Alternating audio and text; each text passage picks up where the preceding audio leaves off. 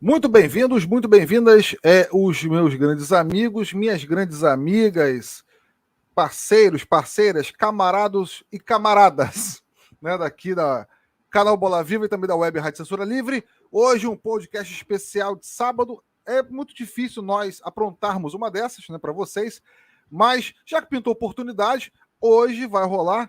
Né, o meu nome é Tunay Melo, eu estou na companhia de Cláudio, Márcio, Paulo Jorge. E também, né, vamos fazer uma entrevista aqui, um bate-bola rapidinho com o meu amigo Renan Rebelo. Eu vou apresentar eles para vocês, né, com a apresentação que ele merece, né, para vocês saberem quem é o Renan Rebelo. Vocês vão gostar, não tenho dúvidas disso. Já quero agradecer a vocês que estão aqui conosco, né, acompanhando, né, nossa live, o nosso podcast, videocast, como vocês preferirem. E vou pedir para vocês, por favor, já derem aquele curtir, né? Façam aqueles comentários, perguntem já, se inscrevam no canal Bola Viva, porque é importantíssimo vocês se inscreverem no canal Bola Viva, né? E também na Web Rádio Censura Livre. Vou fazer minha saudação aqui para você, Cláudio Márcio. Pleno sábado, você aqui me dando a sua companhia, a sua ilustre companhia, Cláudio Márcio. Um abraço para ti. Essa camisa é do Vasco, não, né? Por favor, né? Não, de forma alguma. Boa tarde, Tonai. Prazer enorme estar contigo. Oportunidade, né, ímpar e especial de receber o Renan para a gente bater um papo super qualificado aí, né, sobre esporte, sobre mídias, sobre jornalismo, sobre o futebol russo, né? Mas essa camisa é uma clássica camisa do Arsenal de 89. O famoso gol lá aos 45 do segundo tempo que saiu da fila depois de 18 anos, né? Ele era líder disparado, perdeu, chegou na última rodada tendo que vencer o Liverpool por 2-0, né? Aí acaba acontecendo e o time sai da fila, mas não é papo por agora, né? Prazer enorme estar recebendo o Renan aqui, o papo promete. Paulo, Tunay, mais uma vez, sempre bom estar com vocês, e muito obrigado a todas, a todos, a todos que estão conosco aí, que vão participar do programa, que assistirão depois. Vamos juntos. Vamos nessa, vamos junto. Paulo Jorge, o grande historiador Paulo Jorge, estudante de jornalismo assim como eu. Paulo Jorge que escreve para o Dia e Noite da Bola, que está com podcast, tá, galera? Acompanha lá no Spotify, o Dia e Noite da Bola, no Deezer, Spotify, também no Amazon. Certo, Paulo Jorge? Boa tarde para você. Confirma para a gente aí que maravilhoso estar com você mais uma vez, né? E vamos nessa, vamos bater um papo aí no sábado sobre futebol, jornalismo, futebol russo. Vamos saber o que é o Matrioska de la Cumbia, que eu já sei, mas eu vou pedir para o Renan comentar e digo mais, é maravilhoso, tá? Já peço a você, tá, Paulo? Eu sei que a fala é sua agora, mas já vou pedir para a galera, ó, se inscrevam lá no Matrioska de la Cumbia no YouTube, para acompanhar futebol colombiano e futebol russo. Muito legal, uma diversidade do futebol. Paulo, boa tarde para ti, meu amigo. E aí, como é que você tá? Boa tarde, Tonai, Cláudio, Renan. É um prazer estar aqui, ouvinte. Hoje é um assunto bem legal a gente falar de futebol russo, né? Eu conheci o futebol russo estudando as Copas do Mundo e estudando o lendário Yashin, né? Um dos maiores goleiros, se não o maior goleiro que já pisou nessa terra. E quando você falou em futebol colombiano, eu só me lembro do Di Stéfano, naquela história que acho que foi para o Milionários, né? Que a Colômbia tinha uma liga alternativa, né? E hoje vai ser um papo muito legal. Espero que a gente possa aí curtir uma boa tarde sábado aí com esse papo gostoso aí. É isso, vamos que vamos. Agora sim, chegou a hora de eu fazer aquela apresentação como ele merece, o meu grande amigo, o cara que me apresentou essa cachaça que é o jornalismo, né? Flamenguista como eu, torcedor do Spartak de Moscou, né? Cobriu aí a Copa do Mundo de 2018 pelo jornal São Gonçalo, da minha cidade aqui de São Gonçalo. Hoje está lá na Globo, né? Começou também pelo jornal daqui, escrevendo muita coluna, fazendo reportagens, né, sobre matérias, reportagens sobre o futebol, o que estava rolando na nossa cidade. Renan Rebelo, meu camaradaço, uma boa tarde para você, né? Como é que você está? Muito obrigado pela sua participação. Agora eu vou passar o microfone para você, do jeito que você me ensinou. Né? Um grande abraço para ti, guerreiro. Vamos nessa. Primeiramente, muito obrigado pelo convite. É sempre um prazer falar sobre Rússia e sobre futebol. E misturar futebol russo, então fica melhor ainda. Obrigado, Tunay, o Cláudio Prado, Paulo Jorge. Estou vendo aqui a galera chegando. Já tem a Raquel Silva, nossa general lá do Caxambi. Um abraço aí para nossa general. O Vitor Prado está chegando, camisa bonita. Até elogiando a camisa do Cláudio, do Arsenal, com a camisa da seleção russa, mas como o Tunay falou, sou torcedor do Spartak Moscou, mas como vou falar de futebol russo, nada melhor que a camisa da seleção. Estou aqui para a gente bater um papo sobre Rússia e, claro, futebol russo. Eu tive um período por lá, entre idas e vindas, uns 5 meses. Vivi a Rússia intensamente e em breve estarei de volta, né? Como ainda turista, para matar a saudade dos amigos que estão lá. E, claro, do bom e velho futebol russo. E, enfim, desse país que se tornou a minha segunda pátria e eu não sei explicar como. Bom, Renan, vamos lá.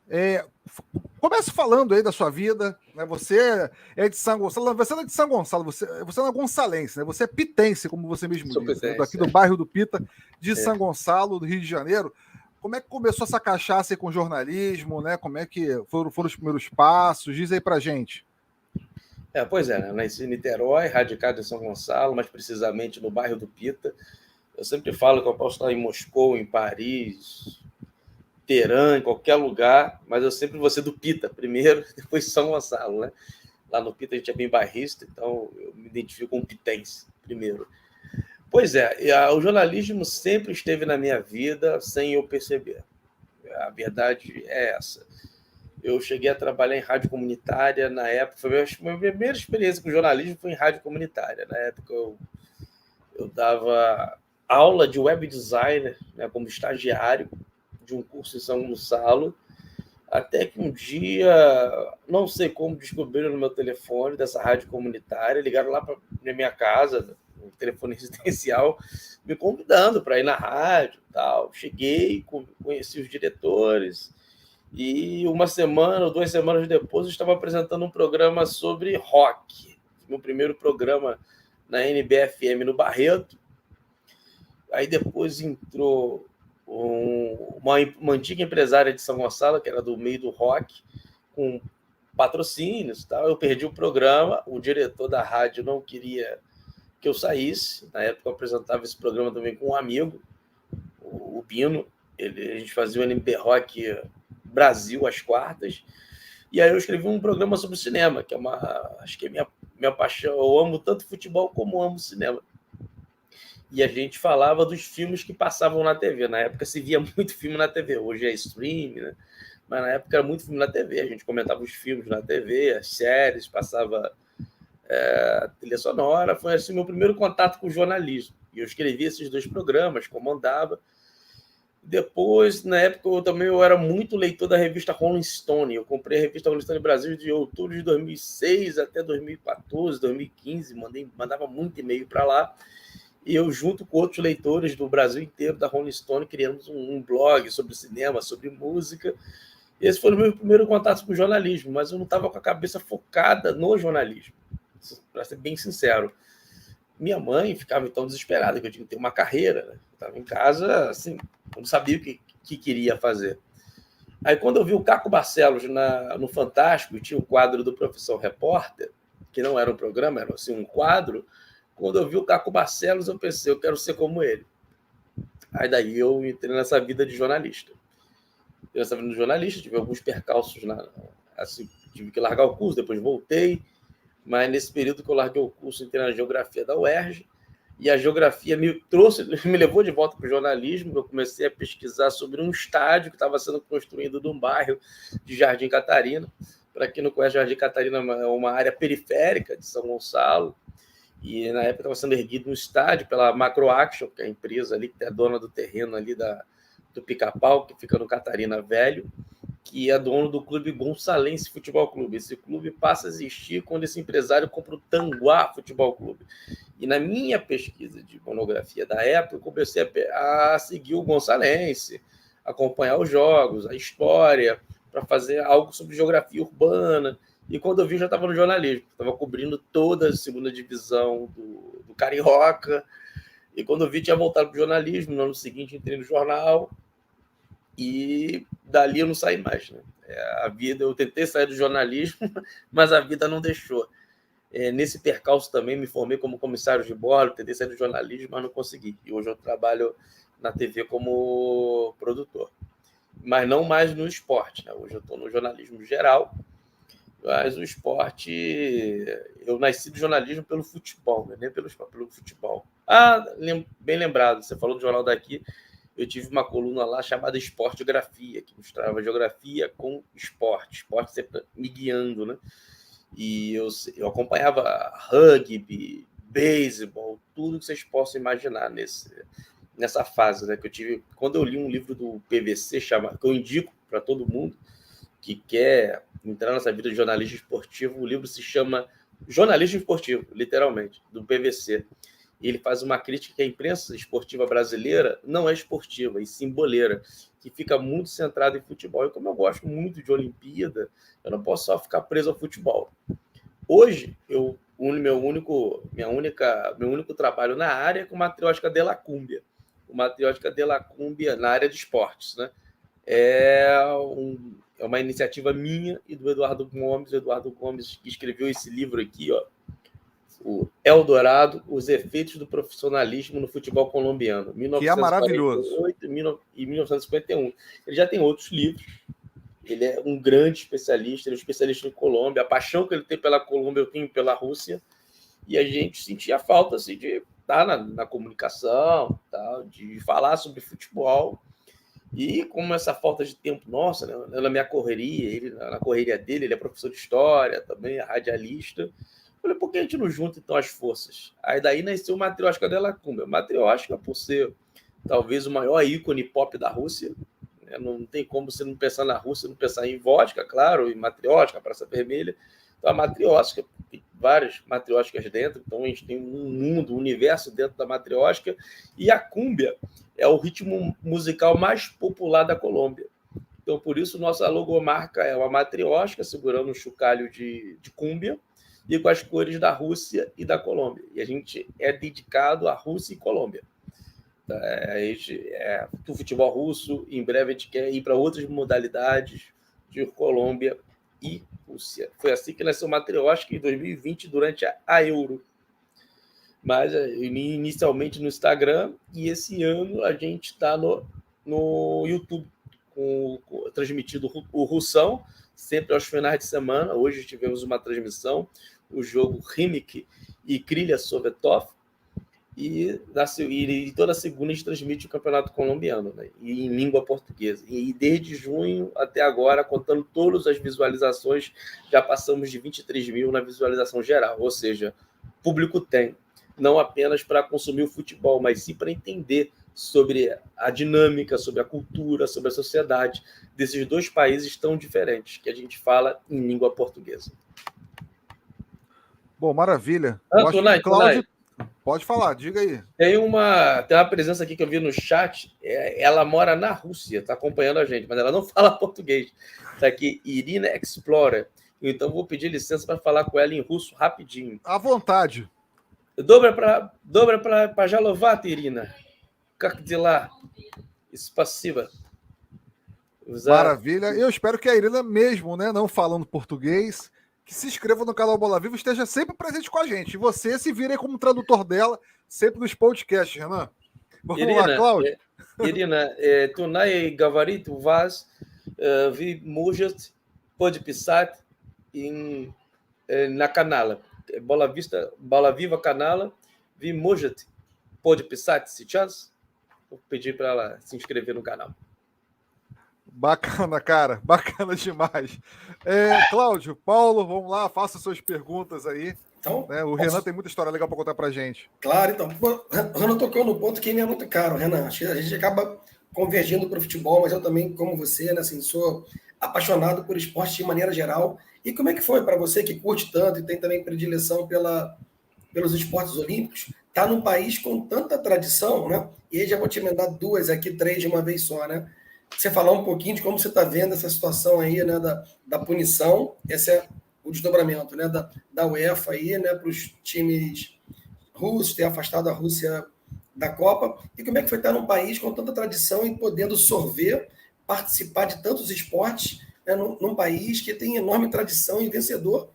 E aí a minha pergunta do meio, né, juntando os Olímpicos com o futebol, é como é que você que esteve lá pode ajudar a explicar para quem está nos vendo, né, assim, lá no canal, nas transmissões, você e Eduardo já tocaram nisso algumas vezes, por que os times russos, hoje, mesmo com tanta grana, né, com tanto poderio econômico, não conseguem, né, assim, galgar posições e um status maior dentro, por exemplo, da UEFA, né, chegar, nem digo ser campeão, mas fazer finais, estar com mais presença, né, nas fases agudas aí da UEFA Champions League, porque nas outras eles estão sempre aparecendo, né?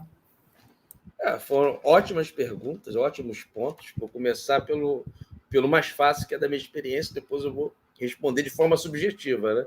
Que não é uma resposta exata. A última parte sobre o desempenho dos clubes russos fora da Rússia.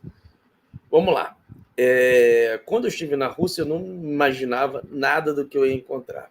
Quer dizer, eu imaginava, assim, uma visão mais ocidental, mais ocidentalizada, uma coisa assim, até com muito ranço de preconceito, porque a gente consome a Rússia de maneira equivocada no Brasil, né? Porque a gente é muito influenciado pelos Estados Unidos, primeiramente, culturalmente, aquela questão toda. Acho que é muito fácil se eu falar uma palavra em inglês, você vai conseguir entender. Se eu falar algo em russo, você não vai conseguir entender. Talvez eu consiga entender mais palavras em inglês do que em espanhol. Talvez, né, até pela nossa vivência com redes sociais e com produtos estadunidenses, filmes, etc. Quando eu cheguei na Rússia, já tomei esse choque. Não era nada daquilo que eu via na TV. E também não era nada daquilo que eu lia no livro de história. O que aconteceu na história ficou na história, né?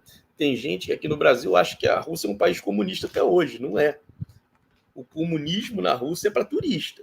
Se você for para lá, quiser comprar um broche do Lenin, ir no mausoléu do Lenin, que eu recomendo, eu tive lá, o Lenin mumificado, parece que ele está vivo, parece que ele está dormindo, é algo impressionante, tem uma fila quilométrica na Praça Vermelha, enfim, comunismo na Rússia é para turista.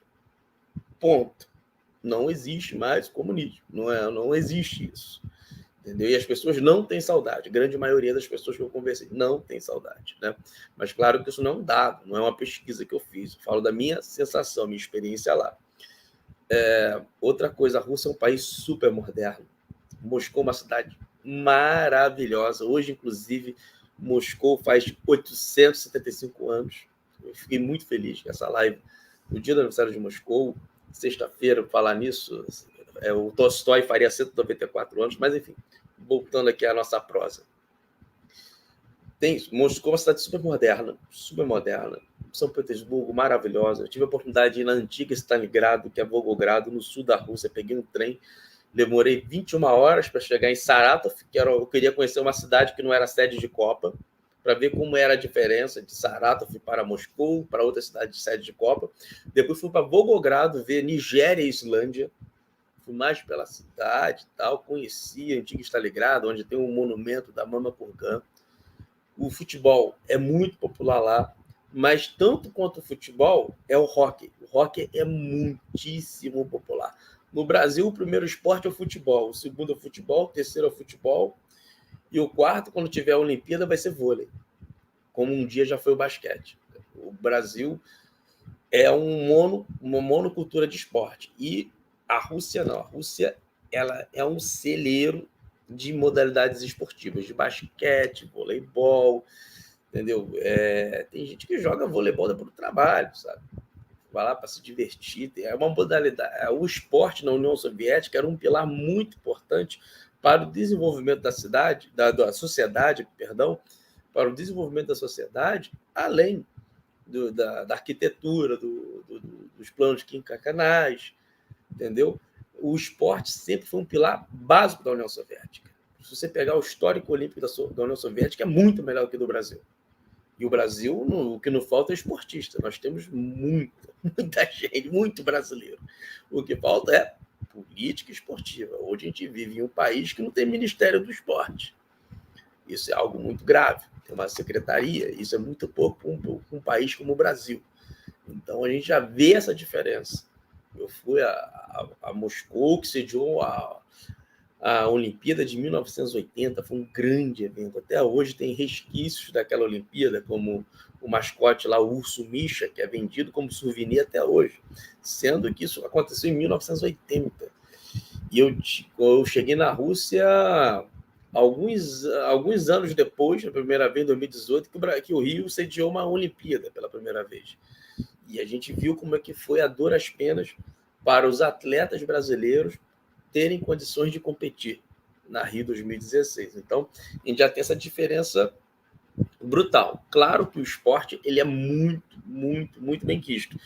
Mas o futebol tem um glamour a mais do que o rock. Claro que o rock é muito popular lá. Tem uma amiga na Sibéria, a Anastasia, que ela me mostrou um presente que ela deu para o filho dela. Deu como lembra que a gente jogava antigamente aqui, aquele futebol Gulliver de brinquedo? Ela deu para ele uma maquete assim, de hóquei, para o menino jogar hóquei, uma maquete de hóquei. Deu de presente para o garoto. Entendeu? A gente daria uma maquete de algo similar ao futebol. Esse é o hóquei, mas o futebol também é muito popular. O esporte mundial é o futebol. É um esporte que você joga em qualquer lugar. Só você ter uma bola, gente para jogar. Né? É mais fácil, até para quem não tem condições de comprar equipamentos caros. Né? Quanto o esporte for mais individual, mais caro ele vai ser. E o futebol é muito democrático por conta disso. E o futebol, a Copa do Mundo, tem uma visualização, tem uma audiência enorme. Né? Você vê que ditaduras militares se serviram do futebol também com propaganda de governo. O futebol é algo muito importante. Então, para você entrar em um cenário internacional, você mostrar o seu país, além do que a mídia diz dele, é você sediando um grande evento, é você mostrando a sua potência, o seu turismo, ao seu povo através do esporte. Então, a Rússia tem isso, né? A Rússia tem. Sabe que o futebol é importante. Se a Rússia não considerasse o futebol importante, nunca teria tido Copa do Mundo lá, né, de 2018. Inclusive, teve uma das sedes foi em Sochi. Sochi não tem nenhuma tradição em futebol. Lembrando que esse time Sochi, que hoje joga a Premier League russa, ele mudou de nome e mudou de cidade, que era o Dinamo de São Petersburgo.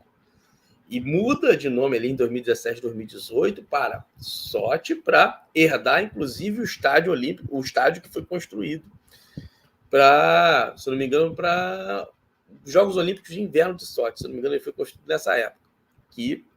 Ou foi para a Copa do Mundo? Foi para a Copa do Mundo. Agora eu não vou me recordar se foi para os Jogos Olímpicos de 2014, o Estádio Olímpico de Sochi, ou para a Copa do Mundo de 2018. Foi durante esse evento. Então, o antigo Dinamo muda de cidade e muda de time para estar em Sochi. Hoje sempre briga por meio de tabela, para você ver ali como um grande evento muda ali dinâmicas geográficas e históricas de um país, né, de uma região, de uma cidade. E São Petersburgo tem um grande clube que é o Zenit, que é o maior de São Petersburgo, que rivaliza muito forte com os times de Moscou, principalmente o Spartak. E esse duelo, esse derby é conhecido como o clássico das duas capitais, né? Lembrando que São Petersburgo foi a capital do Império Russo e Moscou a partir da União Soviética. Então, tem uma rivalidade muito grande. Se você for a São Petersburgo, não tem uma rivalidade como a gente tem com São Paulo. Eu, por exemplo, não considero rivalidade de São Paulo. Tenho muitos amigos paulistas, adoro São Paulo. Você vai numa loja de souvenir em São Petersburgo, está lá escrito uma caneca. São Petersburgo é melhor que Moscou. E Moscou, vice-versa. Agora, você imagina quando os dois se enfrentam. O Spartak, que é o clube mais popular de Moscou, contra o clube praticamente único ali de São Petersburgo. Eu lembro, vou contar uma anedota que aconteceu comigo. Eu lembro que eu fiquei, durante a cobertura da Copa do Mundo, eu fiquei em vários Airbnbs, né? Aluguei quarto ou o espaço inteiro. Eu estive em São Petersburgo, aí o dono lá do local onde eu fiquei me perguntou: Qual é o seu time? Eu falei, eu sou Flamengo. Não, seu time na Rússia. Eu falei, Spartak, porque sei lá, o Spartak me lembrou o Flamengo, né, pela popularidade, aquela coisa toda. E o primeiro estádio que eu estive foi o do Spartak, mas eu já admirava o Spartak desde o Brasil. Aí ele, não, você não pode ser Spartak. Nunca você pode ser Spartak. Eu vou te dar aqui um cachecol do Zenit. Aí ele me deu um cachecol do Zenit, tudo bem. E São Petersburgo foi o lugar mais frio que eu fui na vida. O lugar mais frio. Aí eu comecei a usar o cachecol, era o único que eu tinha. Eu pensei que ia morrer, muito frio. O vento lá do Mar Báltico. Aí eu lembro que as pessoas me paravam na rua, me viam, negro, tal, cara de estrangeiro, cachecol do Zenit, escrito em cirílico, ninguém entendia nada. Aí parava e me perguntava, você é torcedor do Zenit? Eu falei, não, sou torcedor do Flamengo, do Brasil, do Spartak. As pessoas ficavam revoltadas. Era como se eu estivesse usando o cachecol do Vasco falando que era Flamengo. Tudo bem. Aí, aquela imagem da mídia brasileira. Brasileira não, mídia ocidental. O Zenit tem fama de ser um clube com um torcedor racista e tal. Mas o racismo está em qualquer lugar. O Brasil é um país super racista. Tá? Você vai com essa imagem. O Zenit não tem isso. Tem uns otários que são racistas em qualquer lugar. Do Spartak, do Flamengo, do Fluminense, enfim. Né? Mas não é um clube racista, como foi muito vendido aqui. Aí tudo bem. Eu saindo da FanFest lá, perto da igreja do Sagrado Coração, São Petersburgo, eu vi 3 torcedores gigantes, assim, carecas, brancos, tatuados. Eu falei, nossa, vou dançar. Primeira coisa que eu vi, eu tava com o cachecol do Zenit. Falei, vou dançar. Agora, morri. Não volto mais a São Gonçalo. Valeu o quanto foi tempo. Andando, cheio de medo, cachecol do Zenit. Não tive nem tempo de tirar. Eles vieram para falar comigo. Aí um cara lá me perguntou, em russo, que eu falava russo, inglês. Eu falei, não, você pode falar russo. Aí ele me perguntou, você é torcedor do Zenit? Na hora eu afinei. Falei, não, claro que eu sou fã do Zenit, sou fã do Hulk, que eles chamam de Hulk e tal. Aí tiraram foto comigo, me abraçaram. Aí quando eu entrei no metrô, eu tirei o cachecol do Zenit e voltei com frio no pescoço, fiquei quase sem voz. Por quê? Ali eu percebi que eu tinha me tornado torcedor do Spartak. Eu me senti traindo o Spartak. Entendeu? Eu tenho até hoje guardado esse cachecol do Zenit, mas eu nunca mais usei depois desse dia. Aí, nesse dia, eu vi que eu estava envolvido com a cultura russa, que eu estava respeitando a cultura russa, que eu estava falando russo, que eu estava envolvido com o futebol local, e eu já sabia a gravidade que eu estava fazendo, de usar o cachecol do arquirrival do time que eu torço. Eu nunca mais esqueci disso. E aí, isso significa que respeito e aprofundamento das raízes. Agora, emendando a essa anedota que eu acabei de contar, esse caos que aconteceu comigo sobre por que a Rússia, embora tenha muita grana, não tenha clubes de ponta, agora é uma resposta subjetiva. Uma das coisas que quando eu falava lá, que era torcedor... Sem te cortar, perdão, a Raquel falou que você pode doar para ela o cachecol que ela é Zenit, né? Que você não precisa mais passar por esse constrangimento, desculpa aí. Não, a Raquel, ela é torcedora ela mora no Caxambi, no Rio, é torcedora do Zenit e do Flamengo. Pode ser uma negociação, justo, né? Tá aqui guardadinho em casa, aqui em cirílico. Foi o Gleb que me deu, grande pessoa. Mas voltando aqui a falar, eu lembro quando eu falava que era torcedor do Spartak, alguns torcedores do Spartak lembravam muito do Ibson. Eu, inclusive, tenho uma camisa do Ibson que jogou lá, tem aqui guardada, posso mostrar depois. O Ibson lá era foi um baita jogador, tal. O Wagner Love tem muita moral no CSKA, como dizem os russos, TSK.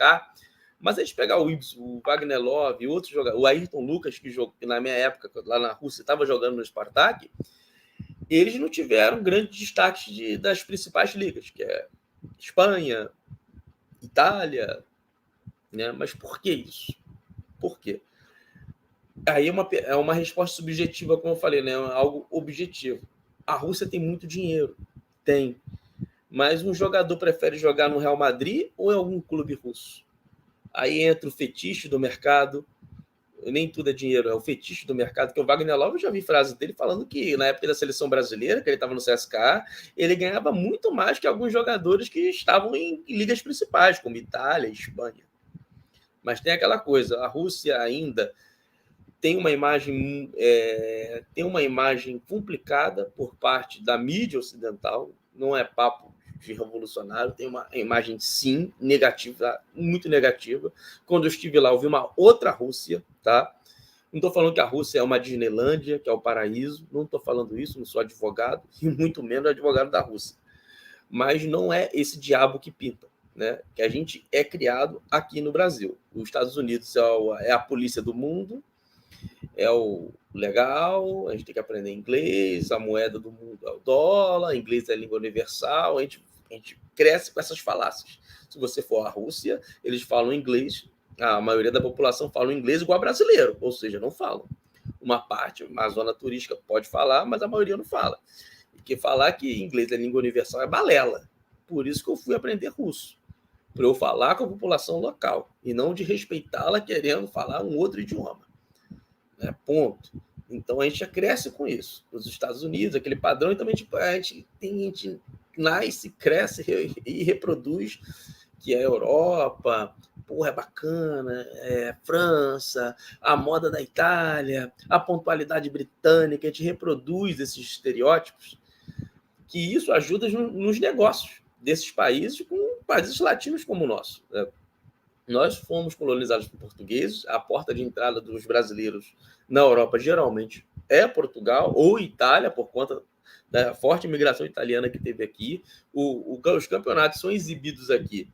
É a Champions, é o italianão, é o espanholzão.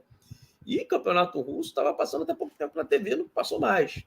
Sabe? A gente não tem a noção do que é o futebol russo. Geralmente vão para a Ucrânia, Rússia, esses países do leste europeu, jogadores que não são cobiçados para essas ligas principais, né? Então a gente fala algo muito além de dinheiro. A gente fala de fetiche e propagação da imagem do país para outros países. Se a gente perguntar para uma criança se ela sonha ir para a Rússia ou para a Espanha, provavelmente ela vai falar Espanha, por falta de conhecimento do futebol russo. E o futebol russo também eu vejo hoje ele desnivelado. A gente vê ali que o Zenit é o principal clube do russo hoje. Dá gosto de ver o Zenit jogar. Dá gosto de ver jogar. Mas o Zenit é igual uma legião estrangeira. E quem puxa o bonde no Zenit são os brasileiros. O Malcom, o Claudinho, o Douglas Santos, lateral, que passou pelo Atlético Mineiro. A torcida do Zenit, não é difícil você ir na arquibancada vê-los com a bandeira do Brasil, mas até hoje o Spartak ainda é o maior campeão russo.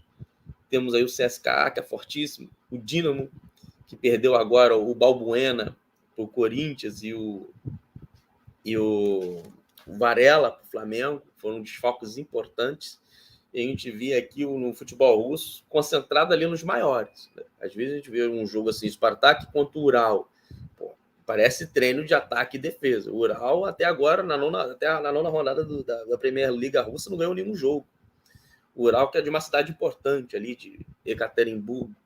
Mas a gente vê que até hoje tem essa herança muito do futebol soviético, que o poder está ali concentrado em Moscou e centralizado em um único clube de São Petersburgo, que é o Zenit. Muito dificilmente algum clube vai conseguir furar essa bolha. Mas a gente não pode falar muito que o futebol brasileiro, a gente vê o destaque no eixo Sudeste-Sul, mas muito principalmente no eixo Rio-São Paulo aqui no Sudeste. E lembrando que o Espírito Santo está no nosso Sudeste, nem parece que está, porque os clubes não têm uma relevância no cenário nacional. A gente vê isso. Eu vejo essa questão da Rússia não formar grandes times, assim, com os jogadores principais, assim como o Cristiano Ronaldo, Messi da vida, muito por questão de fetiche e como a Rússia é tratada pela mídia, pela questão cultural, pelo soft power. O soft power é nada mais, nada menos que o uso do poder sem usar armamento bélico. Se a gente for no cinema hoje, qual filme russo que está no cinema? Agora, qual filme americano, qual filme estadunidense está no cinema que fala mal da Rússia? Top Gun é um exemplo disso, entre outros, que a Rússia é sempre o malzinho. A gente fica nessa bipolaridade. Eu acho que eu te respondi tudo ou deixei de falar alguma coisa? Que eu falo muito, gente, vocês podem me contar. Você respondeu tudo e mais um pouco, cara. Eu tô quase pegando as minhas malas e indo para Moscou, velho. Ó, Paulo, antes de fazer a pergunta, cara, respondeu bacana demais. Tô aqui, eu fiquei só pensando, né? Uma viagem. Né? Mas isso, viajando aqui, mas você guarda para depois da do Paulo, senão vai ser leviandade minha. Será que o que você nos relatou aqui eu entendi bem, né? Não que esses clubes não sejam potentes, não tenham força, e talvez até mais força do que outros clubes ali hoje, de Itália, né? De Holanda. Mas esse desnível do campeonato local, como a gente percebe, né? Para depois da do Paulo. Como a gente vê hoje na Itália, a Juventus não consegue se impor na Europa, né? O Ajax não consegue se impor mais. Você tem campeonatos hoje que não sejam da Inglaterra, talvez ali o Espanhol, quando o Real Madrid e o Barcelona também, né? Que Portugal, que acaba tendo uma hegemonia ou de Benfica, ou de Porto, e raramente o Sporting pinta, né? Isso se reflete também na ausência desses clubes ali, isso que eu fiquei pensando, né? Caramba, eu não tinha olhado por esse viés, né? Mas isso explica muito não só da Rússia, o que você falou, mesmo que não seja uma coisa objetiva, né? De pesquisa, mas também de toda uma conjuntura de reorganização, de uma nova geopolítica do futebol aí na União Europeia. Pois é. E esse desnível também acontece na Alemanha, tá? Na Bundesliga a gente vê o Bayern de Munique e tal, né? E a gente vê que o poder econômico dentro de uma liga local faz uma diferença muito grande. No Brasil temos aí o Flamengo, o Palmeiras. Não é só na Rússia. Agora, regionalmente, a gente vê, por exemplo, o Zenit. Ele consegue brilhar numa UEFA, uma Copa da UEFA, mas não na Champions League, porque tem melhores jogadores, tem mais investimento, tem uma projeção muito mais internacional que o Zenit. Se a gente pegar... Não sei se vocês leram um livro. Cara, se vocês me deixarem, eu vou ficar dando várias dicas de livros aqui, que eu gosto muito de ler sobre futebol. Se chama Traves de Bambu, Como a China Aprendeu a Amar o Futebol. Isso é um livraço. Ali conta como o campeonato inglês entrou na China, nos anos 90, ali como entrou o Premier League, entrou na China. Ou seja, hoje o Manchester United, que não ganha nada, que é o time assim, que eu tenho mais simpatia na Inglaterra, o Manchester United não ganha nada, mas o dono do Manchester United ele vai lucrar mesmo sem o United ganhar nada, porque tem uma base de fãs muito grande na Ásia. Muito por conta dessa entrada do futebol inglês, desse soft power. Na Rússia, inclusive, você entra numa loja da Adidas, tem várias camisas do Manchester United. Várias. Não são poucas, são várias. Não vi nenhuma do futebol brasileiro lá, por exemplo. E eles adoram o Brasil e sempre ligam a gente ao futebol, mas ao mesmo tempo eles não conhecem quase nada da gente. Olha, vou contar só mais uma historinha assim, curta, juro que é curta. Poxa, eu entrava no meio, eu tinha lá em São Petersburgo. Eu já estava sem o cachecol do Zenit já. Estava entrando com frio no pescoço, quase sem voz, mas eu não queria atrair o meu time de Moscou, com todo respeito ao Zenit. Aí eu entrava, tinha um segurança que sempre olhava para mim, era um senhor. Guarda isso aí, um senhor. Um senhor. Devia ter uns 60 e poucos anos. Sempre olha. Eu vi que ele queria falar comigo alguma coisa. Até que um dia eu falei com ele, Privier, de lá, oi, tudo bem? Aí ele foi falar russo. Falei, chuchuto, mais ou menos. Aí ele começou a falar. Ele perguntou de onde eu era, que ele tinha coisa a saber onde eu era. Eu falei, do Brasil. Ele, Brasil! Brasil! Ele começou a falar de futebol, que na União Soviética ele viu a seleção de 70. Falou do Zico, de 82. Ele falou da seleção de 82, minha gente. Ele falou 70 e 82. Ele adorava o Zico, adorava o Pelé. E ele não é russo, ele é do Uzbequistão. E, inclusive, quando eu falei que ia voltar para Moscou, ele ficou triste, estava pedindo para ele anotar o telefone, ele não sabia escrever em alfabeto latino, só em cirílico. Para você ver. Um cara idoso tinha um referencial de Zico, Pelé, seleção, e eu perguntei se ele conhecia o Flamengo, conhecia o Vasco, conhecia o Corinthians, não conhecia nada. Nada. E em Moscou, eu lembro de um segurança do metrô, ele conhecia o Fluminense por causa do Ronaldinho Gaúcho. Vocês têm noção que é isso? Que eles associam a gente ao futebol, mas não conhecem os nossos clubes. Agora, a Itália, a Inglaterra, estão na ponta. Estão na ponta ainda, né? Principalmente a Inglaterra. Engraçado que os clubes ingleses são fortes na Premier League, né? Mas nas Champions nem sempre são tão fortes. Interessante isso, falar. Mas enfim, passando a bola aí pro Paulo, senão eu vou ficar falando. Vocês acabaram com as minhas perguntas. Tô brincando, galera. Eu conheci o futebol russo através desse clássico aqui que eu vou mostrar. Quem gastou dinheiro com lance, né? Todas as Copas, todo domingo sai enciclopédia, né? Eu conheci o futebol russo aí, foi que muito me interessou para a história do futebol e tal. E a minha pergunta é mais ou menos emendando a que o Cláudio deu. Quando a gente estudou que a União Soviética se separou, a gente viu que o futebol também se separou e cada país da ex-União Soviética criou uma liga própria. E eu estava vendo que o Campeonato Russo de 92 ele teve 6 principais clubes que restaram e os outros vieram das divisões inferiores. Né? Você pode me confirmar isso. Então, isso explicaria o que hoje em dia é esse disparate entre os times das capitais, os mais fortes, entre os menores, e nessa divisão da União Soviética, se teve algum gigante que disputava o Campeonato Russo, migrou para outros países que hoje em dia são independentes. Olha, você fez uma excelentíssima pergunta, excelentíssimo ponto. Em 92, pós-dissolução da União Soviética, né, que foi em 91, teve a Top Liga, não era a Premier Liga russa, era a Top Liga. Lembrando que antes eles jogavam o campeonato soviético. Como os clubes, como a Rússia é herdeira legal da União Soviética, então os títulos que os clubes russos ganharam naquela época conta como título russo. Correto? Beleza. Então a gente tem que pensar que existiam naquela época ali o Dinamo de Kiev,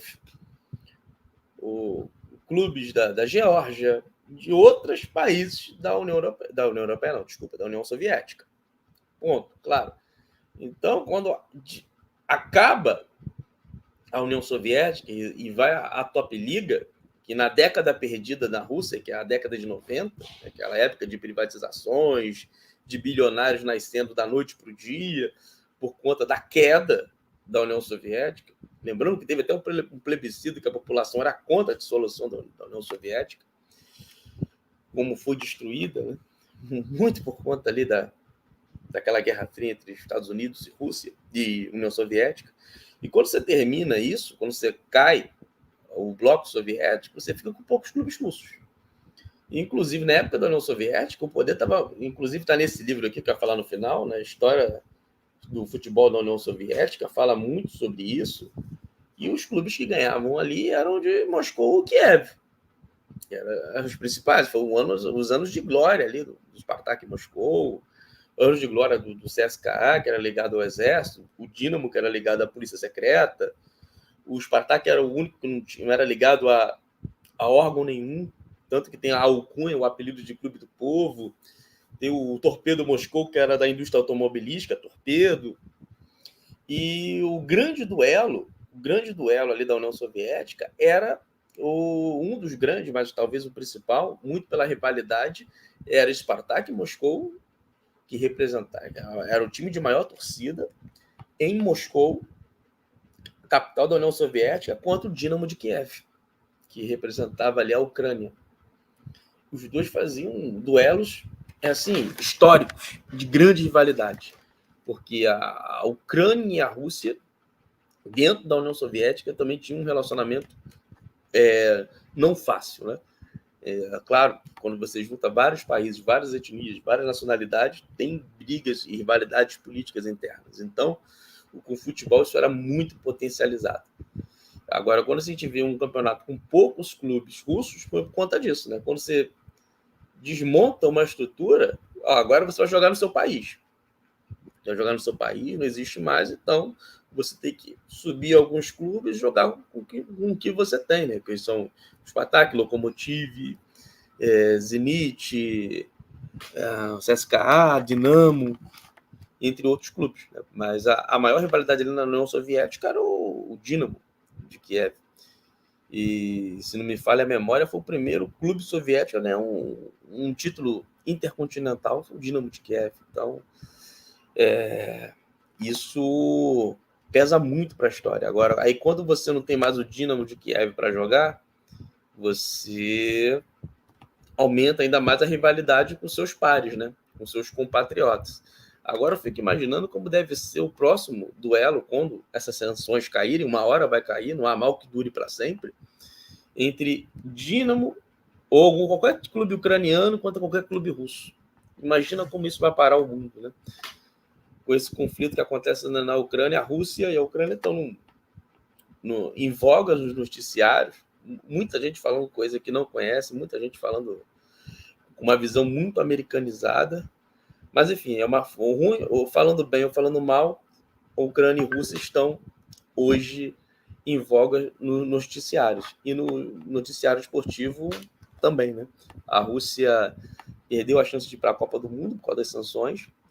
Com todo respeito ao povo ucraniano, claro, ninguém aqui está defendendo guerra, ou conflito, morte, isso não se justifica. Geopolítica é jogo de interesse, é um jogo político, tá? Agora, quando você aplica sanções, as sanções pararam o conflito? Pararam o conflito. Na Rússia, estou tocando normal. Eu converso com russos todos os dias. Entendeu? E esse conflito a gente tem que parar para pensar também como foi provocado.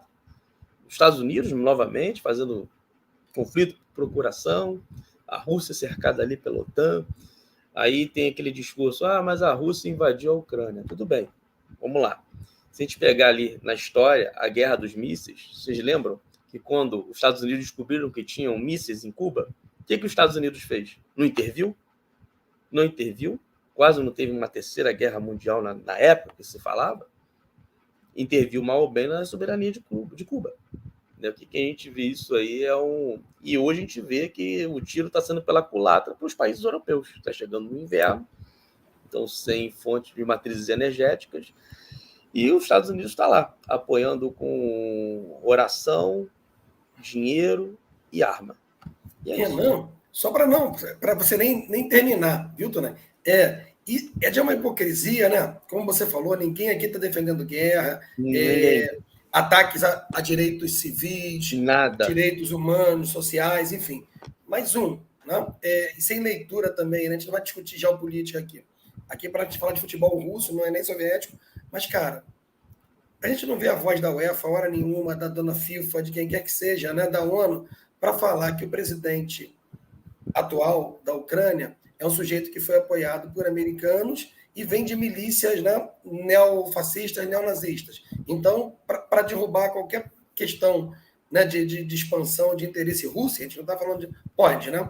Pode ter um governo que seja anti-russo, isso não tem problema. Mas o meu ponto é, olha que engraçado, né? E já está começando a pagar o preço, né? Essa hipocrisia, né? Porque a própria UEFA, né, e a FIFA também tinham altos patrocínios, né? Sim. Estatais e privados russos, e o Chelsea talvez seja o melhor exemplo, né? Vai discutir o contrato, e olha o que está acontecendo com o Chelsea agora, né? Já está perdendo força, né? Porque a gente faz um discurso aí, né? Achando que isso não vai ter preço, né? Alguém vai esconder, né, Renan? Que o dinheiro que aportava e fez o Chelsea mudar de patamar é dinheiro russo, né? Dinheiro do Roman Abramovich, enfim, dinheiro de empresas russas, e agora não pode mais? Mas uma hipocrisia. Uma baita hipocrisia, né? Para patrocinar a UEFA, aí pode. Para patrocinar a Copa do Mundo e as Olimpíadas, pode. E também ninguém questiona o dinheiro árabe, né? Com trabalho escravo, com uma série de outras questões que também são totalmente afrontas aos direitos humanos, à soberania, enfim, né? Quais sanções esportivas os Estados Unidos receberam pelo Iraque e pelo Vietnã? Quais sanções na Guerra dos Balcãs? Quais sanções os Estados Unidos teve? Ou algum país europeu? Ou pela pior de todas, né? Que sanção até hoje esportiva os Estados Unidos recebeu por ser o único país que lançou, né, 2 bombas atômicas e com todas as consequências em cima de Hiroshima e Nagasaki, né? Porque isso é de uma torpeza, como você falou, né? De uma vileza, de fato, né? A gente não consegue... E você falou, né, dos filmes, você citou muito bem Top Gun, mas eu fico pensando, vamos pegar uma coisa que é mais acessível para todo mundo, né? Porque está na Netflix hoje. Qual é esse processo, né? De novo, não mais agora dos soviéticos, né? Embora remeta aos anos 80. O que Stranger Things está fazendo, né? Mostrando de novo, né, os americanos como bonzinhos, e aí os soviéticos e depois russos como alguém que, né, estão assumindo um papel de mouse, enfim. É uma loucura, Sim. né, cara? E a gente não consegue reverter O esse tipo de coisa. Rock 4 é o clássico dos clássicos sobre isso. E é um filme. E é um filme que bem o americano é produzido. exaltado dentro da Rússia, né? Mas só que esses filmes são bem produzidos. Os Estados Unidos fazem filmes como ninguém. É como ninguém faz um carnaval como a gente. O Brasil tem uma indústria do carnaval, os Estados Unidos tem uma indústria audiovisual. Se a gente falar que os filmes estadunidenses não são bem produzidos, a gente está de brincadeira aqui. Claro, o Rock Balboa é um exemplo clássico. O soviético, o russo, mata um cidadão estadunidense, que é o Apollo, o afro-americano, aquela coisa toda. Aí o Rock sai da aposentadoria, coloca o short com a bandeira dos Estados Unidos, vai para a Rússia, é maltratado, treina em estábulo, treina de uma forma totalmente improvisada, aí tá lá o soviético colocando hormônio. Só ganha porque toma anabolizante, né? Tomando anabolizante, aí o Rock, aposentado, ganha e ainda faz um discurso de paz em inglês e é aplaudido em Moscou. Não, é bem produzido a história, tal, mas conta aquela saga do herói, que é bem clássico do cinema do estadunidense. É um cara que começa do nada, se desenvolve, ganha recompensa, chega ao ápice, depois cai e tem um final feliz. É a saga do herói. E a gente se esquece de ver cinema russo, produzidos pela Mosfilm, né? Que é a Mosfilm que se escreve, a Mosfilm, porque o O no russo às vezes vira A, quando a sílaba é átona, é mais forte, então, no caso, é Mosfilm, mas se escreve Mosfilm, que é um dos estúdios mais antigos da Europa. Tem filmes maravilhosos sobre Segunda Guerra Mundial, que fala sobre o drama da sociedade, o drama de como eles viviam, tal. Não tinha essa pirotecnia dos filmes estadunidenses. Não estou falando mal, que eu vejo também. Quer dizer, eu já vi mais. Hoje em dia eu não vejo muito filme estadunidense, vou ser bem sincero. Tenho até dificuldade de assistir. Depois que eu que eu conheci outros mundos, né, o cinema iraniano, outro cinema fora dos Estados Unidos, eu tenho muita dificuldade de ver filme estadunidense, confesso. Mas os filmes estadunidenses é aquilo, o herói, o cara que vai pegar a arma ali, vai matar todo mundo, ele sozinho. É a individualidade, o jeito americano, o homem que faz o homem, né? Enfim, tem esses juízos de valores que na União Soviética tinha, que nos Estados Unidos tinha, e isso influencia também nossos juízos de valor. E outra, a FIFA, a UEFA, não são entidades de Marte, não são sociedade de Marte. Elas são entidades não são mundiais. Antes de serem mundiais, assim, de nível mundial de renome, elas são europeias. A FIFA tem sede em Zurique. A UEFA é a federação principal lá que organiza o futebol europeu. Tá? Então, qualquer peso que eles vão tomar vão ser contra países que não são aliados à União Europeia. Ok? E leia-se também o OTAN, que junta ali os Estados Unidos. Leia-se ali o jogo de interesse. Os Estados Unidos nunca vi tomar sanção de nada. A Rússia tomou, que é o malzinho. O mal tem que tomar. O mal tem que tomar sanção, tem que tomar castigo. A Adidas suspendeu o contrato na época do início do conflito com a seleção russa. Mas a Nike está lá, patrocinando o Spartak Moscou. A Puma da Alemanha está lá, patrocinando Adidas? O Dinamo. Enfim, que hipocrisia é essa? Que hipocrisia é essa? Falando de futebol, a gente fala também de política, fala de sociedade. Inclusive, esse é o objetivo número 1 do Matriótico. Além de eu satisfazer meu ego de falar de futebol, é de falar de Rússia, usando o esporte em língua portuguesa, usando o esporte mais popular para a gente. Que o futebol, para nós, brasileiros, vai além do campo esportivo. É um fenômeno social. Então, é uma forma de usar o futebol para falar de Rússia, para ter esse papo que estamos levando agora. A Rússia não é a boazinha do mundo, mas também não é vilã, assim como o Brasil, até os próprios Estados Unidos. Então, eu não sei porque agora eu me lembrei da música American Diesels do Bad Religion, que é uma letra muito crítica. Vou tentar aqui lembrar da letra, que é em inglês, que ele fala, eu não preciso ter outra nacionalidade, eu não preciso ser... Ele já começa assim, eu não preciso ser cidadão global porque a minha nacionalidade já me garante. Os estrangeiros têm que copiar de nós, o povo dos Estados Unidos, que tem um Jesus americano. Enfim, os Estados Unidos têm esse papel. É claro que a música é irônica, né? que critica e tal, foi feita ali nos anos 90, nos Estados Unidos. Os Estados Unidos é um país totalmente interventor, como outros países europeus. Outra, já reparou, a gente está falando direto de Europa, mas até o momento a gente não falou de África. Muita gente não sabe qual é a federação principal da África, muito mal do Caribe e América do Norte e Central, que é a CONCACAF. A gente é distante disso. Muito mal a gente conhece as ligas locais aqui da América do Sul, mas a gente é muito centrado ali em Espanha, Itália. Hoje nem tanto Espanha e Itália, muito mais Champions League, né? A gente vê isso aí. E Premier, né? Tem aquela discussão de ter uma Superliga entre esses principais clubes europeus.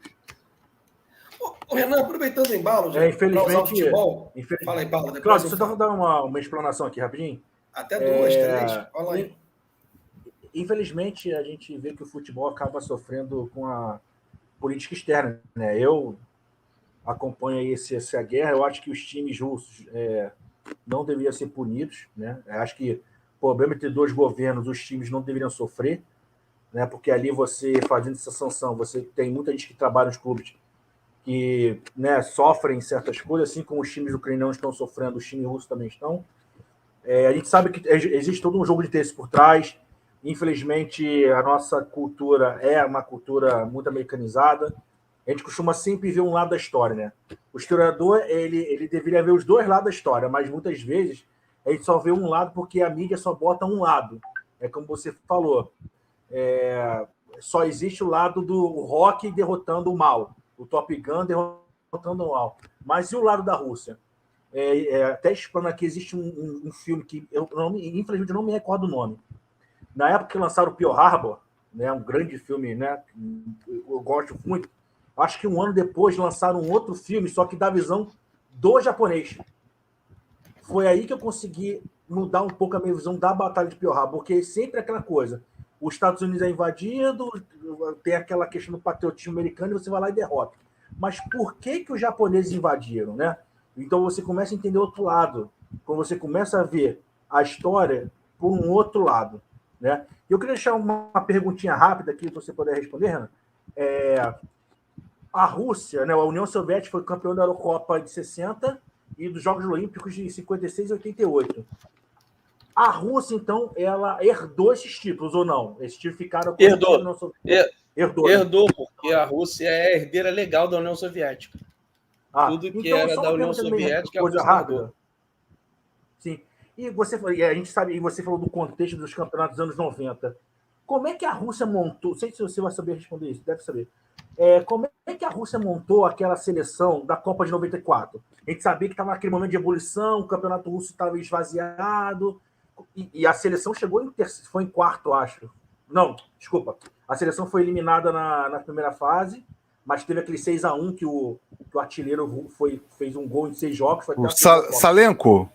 Salenko, isso. Como é que a Rússia montou aquele time para aquela Copa? Se o futebol ainda estava meio que desmontado?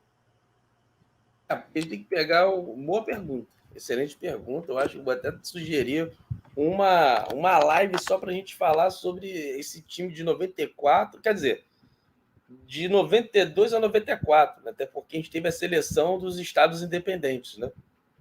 A gente teve isso ainda. Quando termina a União Soviética, tem essa seleção tal, dos estados independentes, aquele período de transição. Porque tem o seguinte, a gente tem que parar. Tem uma coisa muito importante da União Soviética quando ela se dissolveu, que é o seguinte. Eu vou dar um exemplo de um cara de Niterói, que está aqui. Ele nasceu no Cazaquistão, mas é russo e tem origem ucraniana. Porque na União Soviética, até porque o russo era o idioma oficial, embora todo o país pudesse falar seu idioma, o Stalin tal, mandou muitos russos para vários países da União Soviética, para o Báltico, enfim, para outras repúblicas. No caso, o avô dele que foi para o Cazaquistão. Ele nasceu lá, tal, mas ele é russo. Porque na Rússia diferentemente do Brasil, se você nascer no Brasil, você é brasileiro, na Rússia você precisa ter sangue para você ser russo. Outros países, né? Que no caso é o jus sanguíneo, não o jus solis. Mas quando cai a União Soviética, como você é cidadão soviético, teve ali também uma janela de você optar por um passaporte. Eu conheço gente, ex-soviéticos, vamos dizer, que, sei lá, é ucraniano, mas tem um passaporte russo. Ou nasceu na Rússia, mas morou muito tempo na Ucrânia e optou pelo passaporte ucraniano. É uma mistura, uma coisa muito complexa. E nesse meio do caminho, quando a gente parar para pensar, poxa, acabou o meu país, você acabou, 15 países caíram ao mesmo tempo. Um bloco de 15 países caiu. Você pensa, para onde eu vou? Eu vou para o país mais forte. Muitos migraram para a Rússia. Tem até um jogador, me esqueci o nome dele, acho que é o Blocking, eu esqueci o nome dele. Se me ajudem aí. Esqueci o nome dele. Hã? O Bloch de 82, camisa 11 da União Soviética, o clássico lá? Isso, ele é ucraniano. Sim, como... Não é esse jogador que jogou por 3 nações diferentes? Foi a União Soviética, Isso. essa seleção Ele é formada e depois foi para a Ucrânia. O Salenko joga União Soviética, Rússia e Ucrânia. Ele tem a chuteira de ouro da Copa da Rússia, né, Ana? E depois Sim. ele vai jogar pela Ucrânia. Perdão, entrando. Sim, então, e esse período é aquele período ali de transição. Você não sabe para onde ir, você tem mais de uma nacionalidade e tal. E agora, como a Rússia sempre foi o centro da União Soviética, a Rússia, lê-se Moscou, né? Que a Rússia é um país euroasiático, né? A gente não pode esperar da região da Sibéria, que a Sibéria não é uma cidade, é uma região. Tem muita gente que acha que é uma cidade, mas não é uma região, de várias cidades, Vladivostok, etc., do que a gente vai esperar da Rússia, de Moscou, São Petersburgo. Então, é uma cidade de arquitetura europeia, ocidental. O nome Burgo vem por conta da Alemanha, a influência alemã que ali teve. Então, São Petersburgo. Depois mudaram para Petrogrado. Grado conta para ficar parecido com o russo, que é essa palavrinha, grado, que significa cidade de alguém, né? No caso. Aí, depois São Petersburgo, depois Leningrado, cidade de Lenin. Então, esse período aí, te respondendo, a Rússia, ela pegou muitos, no caso, estrangeiros, que eram ali todos, que eram soviéticos. Então, naquela transição de você optar por nacionalidade. Mas eu preciso até estudar mais sobre isso para poder te dar uma resposta melhor e, quem sabe, fazer uma live aí sobre isso. Né? Falar sobre Rússia, para mim, nem é um prazer, é um dever. Então, pode emendar a pergunta ali para Renan? Pode, claro. Rapaz, então, a gente acaba, né, pensando muito... Não, a gente fala dos russos, outros ucranianos, até memória afetiva, a minha no caso, né, 82, você volta para o Dassaev, né, volta, enfim... Dassaev, goleiro. Renate, não sei se me perdoa a pronúncia. Renate, isso mesmo. Renate, não sei se a pronúncia está certa, né? Não, está certíssimo. Mas o Yashin, né? Enfim. Mas quem são, hoje, no futebol russo, nem dentro da Rússia, os grandes ídolos, né?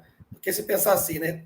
Tirando talvez o Shevchenko, né, com mais expressão ali europeia, e o Arshavin, né, que andou jogando no Arsenal também aí tempos atrás, aí, quem são os jogadores russos de maior destaque dentro do próprio país, assim, que seriam os ídolos do futebol agora já, sei lá, primeira e segunda década do século XXI lá na Rússia?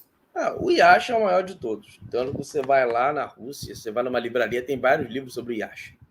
Eu baixei até um livro russo, dei até de presente para um amigo lá da Tijuca. Estava aprendendo russo, e ele é goleiro, deu um livro do Levin Yashin em russo. Tem até uma página lá, uma parte que fala dele sobre ele no Flamengo, né? Quando ele veio para cá em 65, só treinou, não jogou. Né? Veio para cá, treinou na Gávea, etc.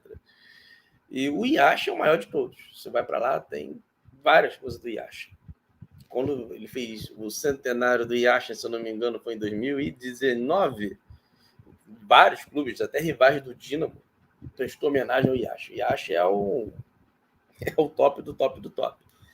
Mas a gente também tem ídolos assim que não são tão grandes, mas, por exemplo, o Mário Fernandes é bem reconhecido lá, jogou pela seleção russa há pouco tempo. Tem o goleiro do CSKA, o Ankiev, ele é bem reconhecido, mas só que essa geração pós-União Soviética não teve um grande sucesso como teve a União Soviética, né? A União Soviética era uma seleção difícil, era uma seleção enjoada, né? E a Rússia ainda não teve um grande destaque, esportivamente falando, um título importante, algo assim, de renome. E a gente também parava a pensar que os anos 90 foi uma década perdida, a russa, inclusive para o esporte, para tudo. Tudo estava mudando. A Premier Liga russa nasce ali no idos dos anos 2000, é algo muito novo, e também tem muitos estrangeiros que jogam na Premier Liga russa, que acontece o mesmo fenômeno que acontece na Premier Liga inglesa, que é o seguinte: você tem a seleção do mundo no seu clube, e o jogador local acaba nem se destacando. Quem é o principal jogador da Premier Liga inglesa? Você vai falar o Van Dijk, você vai falar o Cristiano Ronaldo não está jogando bem no United e tal. Você vai destacar vários nomes e talvez a gente não vai falar de nenhum inglês. Né? Não tem nenhum inglês lá, que é uma unanimidade. Isso acontece muito na Rússia. Os principais jogadores do campeonato russo são estrangeiros. Sabe quem foi o melhor jogador da Liga Russa no ano passado? Foi eleito o Claudinho, que estava aqui no Red Bull. Foi o melhor jogador da Liga Russa.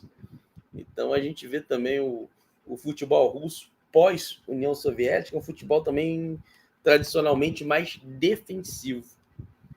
E os destaques principais ofensivos, assim, se esperava pensar de atacante na época da União Soviética, são ucranianos. A gente não tem. E como no período da União Soviética a Rússia herda todo o legado cultural, econômico, armamentista, tudo da União Soviética, a Ucrânia não pega, por exemplo, o Lev Yashin como seu ídolo.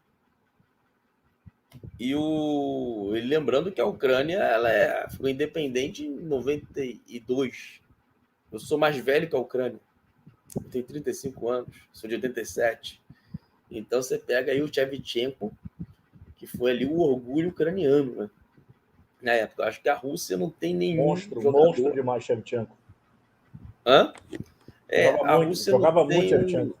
Eu diria o seguinte, que a Rússia não tem um jogador hoje, depois de tanto tempo, do tamanho do Lev Yashin. O Lev Yashin, ele não representa só a União Soviética, mas sim o espírito ali russo, esportista russo. Jogou em um clube só, aquela questão toda soviética e tal. Ele é uma unanimidade, o Lev Yashin, o Aranha Negra. E foi o único jogador que foi eleito o melhor do mundo, na época, pela revista France Football, que não jogava na linha, e sim no gol. No jogador da dita cortina de ferro.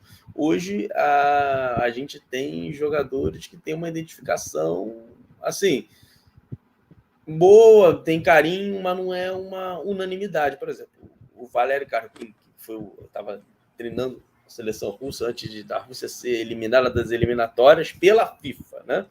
Por conta dessas sanções que a gente já conversou. É um ídolo do Spartak, é um ídolo da seleção russa, foi muito importante, mas não tenho, a meu ver, posso estar errado, tá? A meu ver, de forma subjetiva, eu não vejo nenhuma idolatria do tamanho do Lev Yashin até hoje. Até eu vejo hoje a Rússia em reconstrução e no futebol também. Pode falar. Não teve o Arshavin? Ele chegou a ser ídolo da Rússia, mas ele até chegou a jogar muito bem, mas depois teve um declínio. O Arshavin, ele até que sumiu, né? Não sei se tu lembra dele. Sim, lembro. Não ele se destacou bem na Europa, mas sumiu, né? Sim, eu lembro, sei quem é. Ele teve uma fasezinha no Arsenal, mas acho que é o que eu pensei, viu, Paulo, que o Renan falou. Eu acompanhei, eu gosto do Arsenal. Renan é do rival, né? Mas o Arshavin, não sei, nem no Arsenal ele nunca se firmou como o Shevchenko fez no Chelsea, né? Ele foi um camarada que ocupou status de estrela da Premier League, não é isso? Nem na seleção russa, o Paulo, o Arshavin, ele conseguiu ser o camarada para, sei lá, para impulsionar, para mudar o time de status, né? Até porque a gente tem que pensar em duas épocas, né? Na época do Inhache, os jogadores de lá não saíam para o estrangeiro. Então, já tinha a identificação local e a seleção soviética era temida. Tá? Não era... Hoje, se o Brasil enfrentar a Rússia, a gente vai achar que, claro, com toda razão, que o Brasil é favorito contra a Rússia. Mas contra a União Soviética ainda havia o temor. Tem aquela frase famosa do Garrincha, precisa combinar com os russos. Né? E a época do Shevchenko já é uma época da globalização do futebol. Os jogadores estão para fora e o Shevchenko é o maior jogador de um país novo, até então, independente, fora da Ucrânia, um país pequeno ali da Europa, com respeito à Ucrânia, claro. A Ucrânia é importantíssima a sua história. E também tem um tempo moderno, um tempo de internet, um tempo de mídia, de jogadores. Ele jogou com os maiores jogadores no Milan e etc. É o principal jogador, o principal nome do futebol ucraniano. E a Rússia ainda não teve um jogador a um nível internacional que fosse um dia imprescindível em algum dos principais clubes do mundo, como o Barcelona, o Real Madrid, o Juventus. Qual um jogador russo que foi imprescindível para esses clubes, né? A gente vê eu vejo hoje mais uma identificação com um jogador russo local, que joga a liga local e que serve à seleção. Mas a gente não tem lá, por exemplo, um Neymar russo que está brilhando em um clube gigante fora da Rússia. E com isso está representando o país, né? Tem aquele sentimento. Futebol, a gente tem que lembrar também que é pertencimento, né? A gente vê o Neymar, às vezes fica chateado com ele, porque a gente se sente, o cara está representando o Brasil, né? Mal ou bem, a gente se sente ali meio que o Neymar está representando a gente, né? Como a gente sentia muito orgulho com o Romário no futebol, o Ronaldo no futebol, falando do Brasil, país de futebol. Mas a Rússia ainda não teve isso. Eu vejo lá os jogadores que têm carinho, né? Sim, isso aí é uma pergunta, é uma resposta subjetiva, né? São jogadores que jogam uma liga local e que servem à seleção, como o Grigori, capitão do Georgi, perdão. O Georgi, capitão do Spartak, entendeu? Tem uma ídolo do Spartak, tem uma história muito bonita com a seleção russa. Jogou a Eurocopa, estava jogando as eliminatórias até a Rússia ter sido tirada. Então, eu vejo muito como isso, né? São dois períodos diferentes e a gente tem dois períodos diferentes com dois tipos de idolatrias diferentes. Né? Uma mais que você vê o cara jogando no seu quintal, vai servir a seleção, e outra que o cara está jogando fora e representando o seu país pelo mundo todo. Então, eu vejo mais isso. E só para não ser injusto, né, Renan? Assim, o Paulo, né, ele é do rival, né? Que é o Arshavin. O Arshavin, ele aparece jogando pelo Zenit.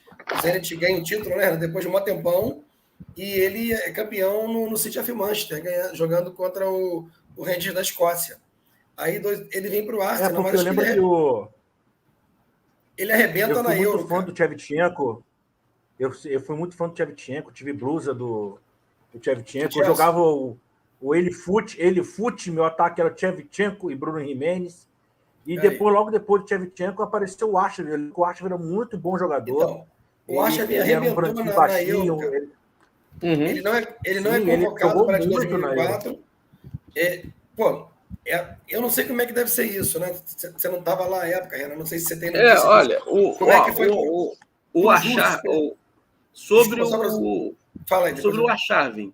Isso. Né? Eu queria saber se você tinha alguma informação sobre como foi para os russos a partida com a Holanda, quando o Arshavin, né, ele volta, classifica, perde um gol, mas dá 2 assistências contra a Suécia.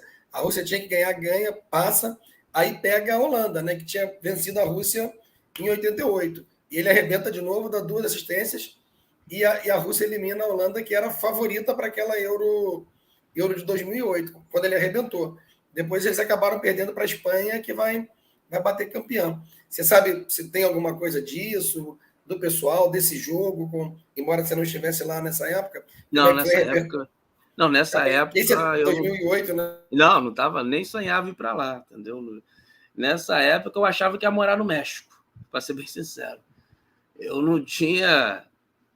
não tinha... A Rússia entrou na minha vida em 2018, mas claro que eu estudo, pesquiso até hoje, leio tudo sobre Rússia que você possa imaginar. É minha obrigação de ver o Acharbi. Claro que ele é um jogador importante da história russa, evidentemente que é. Mas eu não vejo, por exemplo, subjetivamente falando, tá? Eu não vejo uma idolatria por ele.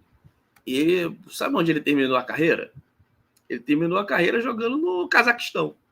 Ele foi embora, né? E só para corroborar com o que você está falando, né, Renan? Ele Paulo, termina a carreira no Cazaquistão. Ele era mais lembrado pela torcida, não sei se lá na Rússia, por ser parecido com o camarada que tinha feito o Senhor dos Anéis lá, do que propriamente pelo bom futebol. O Frodo, né? Acho que é o Frodo. Sabe, ele jogou bem, sabe? Ele foi um jogador importante da história da Rússia. Teve um grande centro, jogou em grande centro, como foi a Inglaterra. Não é qualquer um que joga na Inglaterra. Ele vai para lá já com a Premier estabelecida, joga no Arsenal, que é que você está vestindo a camisa. Começa no Zenit, que é um clube gigante lá na Rússia, e depois do Arsenal, ele fica, eu não sei quanto tempo ele fica no Arsenal, acho que é umas 2 ou 3 temporadas, ele volta para o Zenit. Ele volta para o Zenit, joga e depois começa a rodar. Ele vai... Oi, tá mutado. Ele joga 2, você está certíssimo, volta, é emprestado para o Zenit e volta para o Arsenal, joga mais 2. Aí ele volta para o Zenit de novo, mas já o futebol não dá certo. Já não é mais a mesma coisa. Aí ele vai para um clube de Krasnodar e depois termina no Cazaquistão, sabe? Não é um jogador que terminou com festa no Zenit, idolatrado, aquela coisa toda. É um jogador importante, mais um que passou, teve um renome internacional, mal comparando, tá? Me lembra até um pouco o Rames Rodrigues. Rames Rodrigues é ídolo na Colômbia? Não sei se é ídolo na Colômbia. Sabe? Eu acho que não. Eu acho que o Eduardo responderia melhor que eu. Ele fez uma ótima Copa de 2014 no Brasil. E depois foi para o Real, Bayern de Munique. Hoje está nos Estados Unidos, se eu não me engano. É um grande ídolo do futebol. Ele chegou a afirmar que foi o mais importante jogador até daquela década de 90. Entendeu? Eu ouvi no podcast Meu Time de Botão do Paulo Júnior e a minha da Central 3, sabe? Eu acho que, para mim, eu não conheço muito futebol colombiano, pô, Eduardo. Os caras que falaram ou o Rames que disse isso? Não, os caras falaram, reproduziram uma fala do Rames Rodrigues. Pô. Né? Maior que o Asprilla, que o Rincon, que o Valderrama.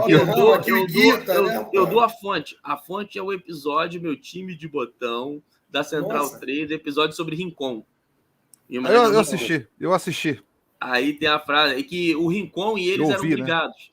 E ele não o Rames Rodrigues, ele não dá não escreve nenhuma mensagem de condolência, de pêsame, de nada. E ele se considera como o maior jogador colombiano. Para mim, o maior jogador colombiano que eu vi, pelo menos, foi o Valderrama. Para mim foi o Rincon. Mas respeito, também é outro Rincon é um monstro. Rincon foi um monstro. Valderrama, essa eu fecho contigo. Monstro. Mas para mim foi o Valderrama. O que eu vi o Valderrama? Não, cracaço. É uma questão de gosto, né? O Asprilla também marcou uma época no Palmeiras, vai para a Itália. Asprilla, Aristizábal. Se eu tirar um paro ímpar aqui de jogador colombiano, eu escolho o Aristizábal primeiro do que o Rames Rodrigues. Qualquer um. Sim. Primeiro que o Rames Rodrigues, entendeu? Mas só para não causar polêmica, você tem razão, né? A gente podia fechar em, por exemplo, 2 que são inquestionavelmente muito melhores que o Rames Rodrigues, são o Rincon e o Valderrama, né? E não vai ter discussão nenhuma. Não tem comparação. Agora, o Acharbi, assim, eu vejo assim, que foi um baita, assim, um bom jogador, tá? Mas não vejo assim, como craque a ser lembrado de todos os tempos. Eu acho que tem muito jogador soviético que os russos iam escolher.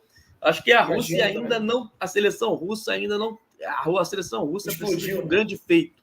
Nem digo título, um grande feito. Assim, ele fez uma ótima Copa do Mundo de 2018, mas precisa fazer um grande feito, sabe? Eu esperava mais da seleção russa, por exemplo, em 2020 na Euro, mas infelizmente não aconteceu. Acho que a seleção russa, por exemplo, se mantém, até ser sido tirada, estava se mantendo em todas as Copas.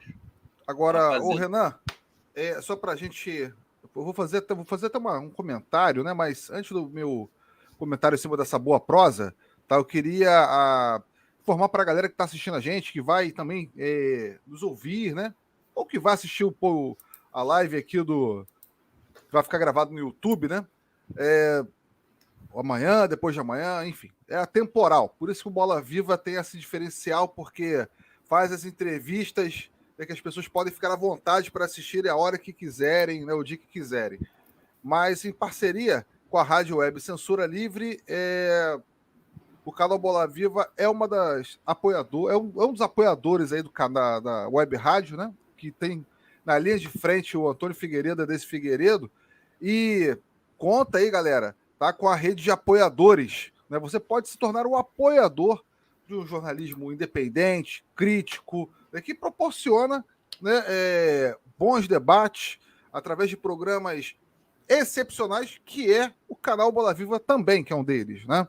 E você pode colaborar com a Rádio Web Censura Livre se inscrevendo, né, aqui no canal deles, no YouTube, que é lá no YouTube vai lá, Censura Livre, tá aqui, ó, na descrição da live, tá aqui na nossa tela, também acompanha nas redes sociais, né, que toda hora, todo momento tem live, tem programa, né, e aqui, ó, através da rede de apoiadores, que é através do Pix, né, que é o CNPJ da rádio, né, que está na descrição também da nossa live, e o Apoia-se, né, que é apoia.se/CLWebRádio, galera.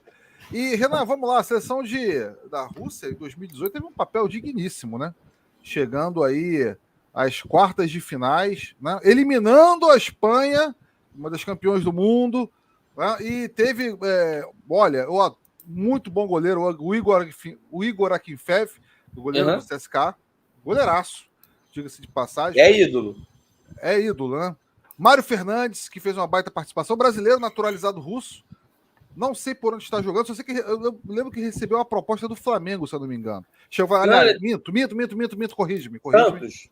Não tenho a certeza, né? Parece que o Flamengo, ele cogitou, né? Ele estava indo para o Santos, ia acionar a cláusula da FIFA, mas o CSKA conseguiu travar. Ele tinha ido para o Brasil a resolver algo pessoal e queria suspender, né? Tem um mecanismo, né? Não sei se as pessoas sabem, que a FIFA, além de punir os clubes russos, que não vão jogar nenhuma competição essa temporada internacional, só vão jogar a Copa da Rússia e o Russão, como eu chamo a Primeira Liga Russa, não vão jogar competições internacionais. E, além disso, para punir ainda mais a Rússia, o jogador tem direito de suspender o contrato até um ano.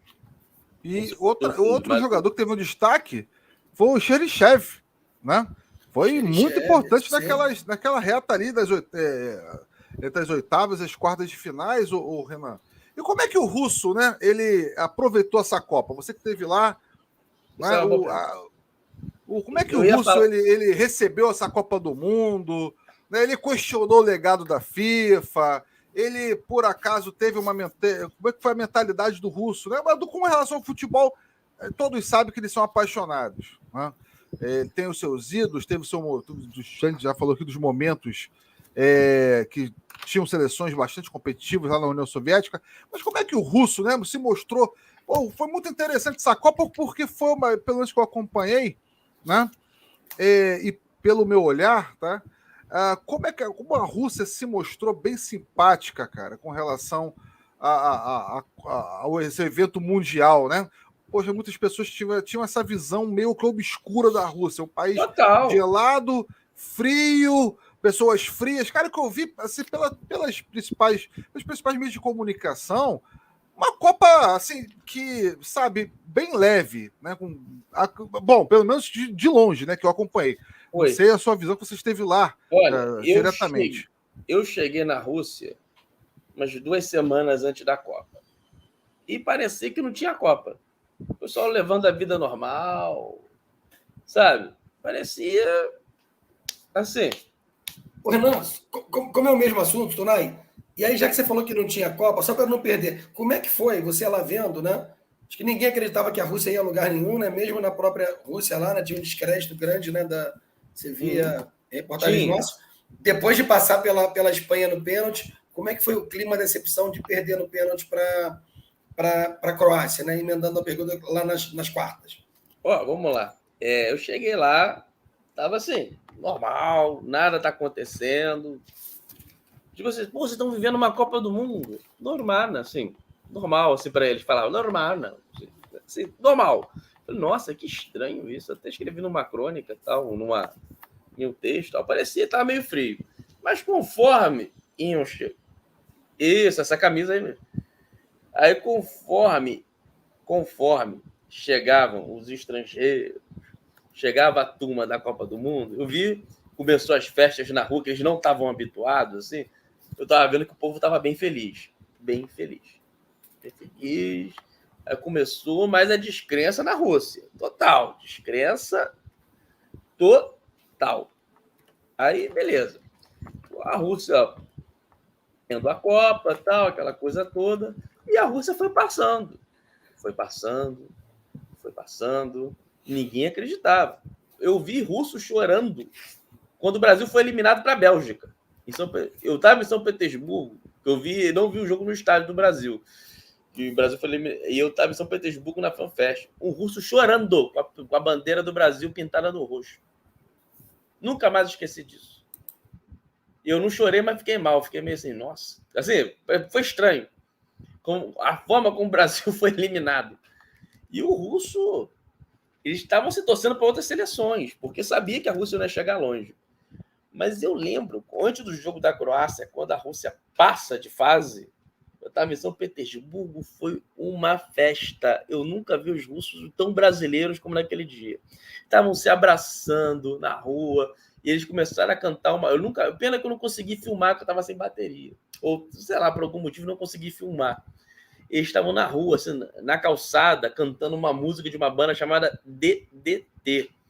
Da música Eta Bicho. Eu vou colocar o link aqui para vocês podem botar no final e tal. Eu, quando eu escuto essa música é meio melancólica, mas quando eu escuto essa música, eu lembro do pessoal se abraçando, chorando. Eles não estavam acreditando que tinham avançado na Copa do Mundo, tão longe. Eta show! Eles abraçando. Eu nunca mais esqueço, cheguei a me arrepiar. E quando a Copa foi acabando, quando teve a eliminação da Croácia, tipo assim, voltou ao normal, sabe?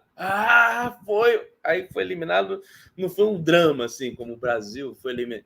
Até hoje a gente lembra como foi eliminado para a Bélgica, pelos canários belgas. E eu lembro que, na época, o técnico era o Stanislav Cherchesov, que usava um bigodão, foi goleiro da seleção soviética. Ele, por causa do bigode dele, os russos começaram a andar de bigode, assim, postiço, sabe? Por seu treinador. Mas foi durante o mata-mata. Na fase de grupo, vai ser eliminado fácil. Eles não estavam acreditando na seleção. Eles foram engajando conforme a seleção russa ia passando. Aí, quando foi eliminado pela Croácia, ok. Tipo assim, foi ao máximo. Deu. E eu reparei a tristeza do russo quando acabou a Copa. Eles ficaram muito tristes. Uns 3 ou 4 russos falaram comigo, inclusive uma repórter que estava lá fazendo matéria local. E eu falando assim, eu nunca vi as pessoas tão felizes. Assim, sabe? Eles viveram a Copa como ninguém, mas do meio da Copa, né? Porque na fase de estava meio frio. Era só festa de latino, alguns europeus e tal. Aí, quando a Rússia foi passando, eles estavam torcendo para outras seleções, mas quando a Rússia foi passando, foi aquele engajamento. Mas quando cai para a Croácia, não foi aquele drama, mas ficou a saudade. Pô, saímos da Copa e a Copa está acabando. Ficou aquele negócio, sabe? Quem viveu a Copa na Rússia sabe o que eu estou falando. Olha, aquele período de Copa, principalmente quando acaba a fase de grupos até a final, nossa, que farra. Que farra que foi, sabe? Que farra. As pessoas estavam felizes, uma tirando foto com a outra. E os russos não é como a gente, assim, que fala com todo mundo. O russo, se ele pegar a confiança, gostar de você, ele vai contigo até o fim. Tá? Eu lembro que eu estava lá com a minha ex-noiva, lá no prédio dela, tal. Um vizinho não fala com o outro, nem bom dia, assim. Olham para baixo para não falar. E eu falava para afrontar mesmo. Tal. Eles ficavam assim, nossa, falando russo, tal, estrangeiro. E ali na Copa do Mundo, o russo, todo mundo abraçado ali, foi uma coisa diferente. Foi uma coisa muito diferente e foi uma Rússia que eu não imaginava que eu ia encontrar. Eu estava imaginando muitas coisas, tá? Mas eu fui tão bem tratado, que eu estudo russo até hoje. Tenho um projeto sobre Rússia, participo de um grupo de pesquisa da Federal Santa Catarina sobre Rússia. Eu considero que esse virou meu segundo país, sabe? Pela gratidão de como esse povo me recebeu. Mas eu fui com a mentalidade ocidental. Mas quando eu cheguei lá, que bom que eu estava enganado. Nunca fiquei tão feliz de estar enganado. E eu me envolvi. Espero que aconteça a mesma coisa no Catar. Eu não irei, estarei em Portugal, lá com meus familiares, mas tentando alguma passagem pela Turkish Airlines para voltar para a Rússia. Nem que seja Ô, Renan, posso fazer uma pergunta também rapidinho? Todas. Sim. Para a gente finalizar, porque nós já temos aí 1h30 de live. Pô, já? Renan, já tá correndo. Bom passar rápido, é igual o jogo bom, meu camarada. Quando você vê, tá acabando a partida. Ô, Renan, aqui o presidente Putin, principalmente no TikTok, Kawaii da vida, né? Ele virou tipo um meme, né? Que aquele homem forte, aquele homem imponente, né? Monta em urso. Como é que os russos enxergam o presidente russo, né? Porque aqui pra gente até pela muita mentalidade, a gente acha que é um país de, né, um socialismo, que ele é quase um imperador, né? E assim, essas redes sociais pintam ele como um ser substituível, um cara acima do bem e do mal. Como é que a população russa vê o Putin? Olha, essa aí foi uma excelente pergunta. Eu vou falar uma coisa para você. Por exemplo, nós temos o Putin, ele é muito popular lá, tá? Ele é muito popular. Vende matriótica do Putin para turista, então, tá? Falando para turista. Eu nunca vi vendendo nada do Bolsonaro para turista aqui. Falando para turista, não para turista, de novo. Você entra numa loja lá, tem camisa preta lá do Putin sem camisa em cima do urso. Tem imã do sensacional, Putin. cara. Tem uma matriótica do Putin. Eu adoro essa imagem, Eu tenho uma matriótica aqui que eu ganhei do Putin. Eu ganhei, não comprei, não ganhei. Vocês querem ver? Pera aí. Bota aí. Sim, pô, coloca aí. Como diz a aqui garotada, bota para jogo. Deixa eu acender a luz aqui. Aqui é a minha cozinha. Aqui meus... Só Rússia e Brasil aqui. Aqui é a matriótica do... Eu vou abrir ela aqui, ó. Isso aí vende muito lá. Eu ganhei de presente. Sensacional. Aí eu vou abrir. Olha quem tá... Boris Yeltsin. Aí eu vou abrir. Gorbachev. Vou abrir. Stalin. Olha só. Vou abrir. Lenin. Sensacional. Só pela essa matriótica aqui do Putin, eu acho que eu já respondi sua pergunta. Ele é popular. Tem gente que não gosta, claro.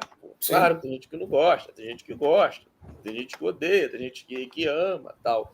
Mas eu reparo assim que o russo, aqui de novo aqui para quem não viu, vou aproximar. Aqui está escrito Rússia em russo, né? Em cirílico. Então, isso aqui vende para turista. Eu ganhei de presente. Deram de presente. Não comprei, me deram aqui, ó. Até mesmo me deu aqui de presente. Aí o que acontece? O Putin tem lá em matriótica, tem caneca, tem imã, tem tudo que você imaginar. Eu reparo o seguinte: tem gente que não gosta do Putin, tem gente que não gosta do Putin, óbvio.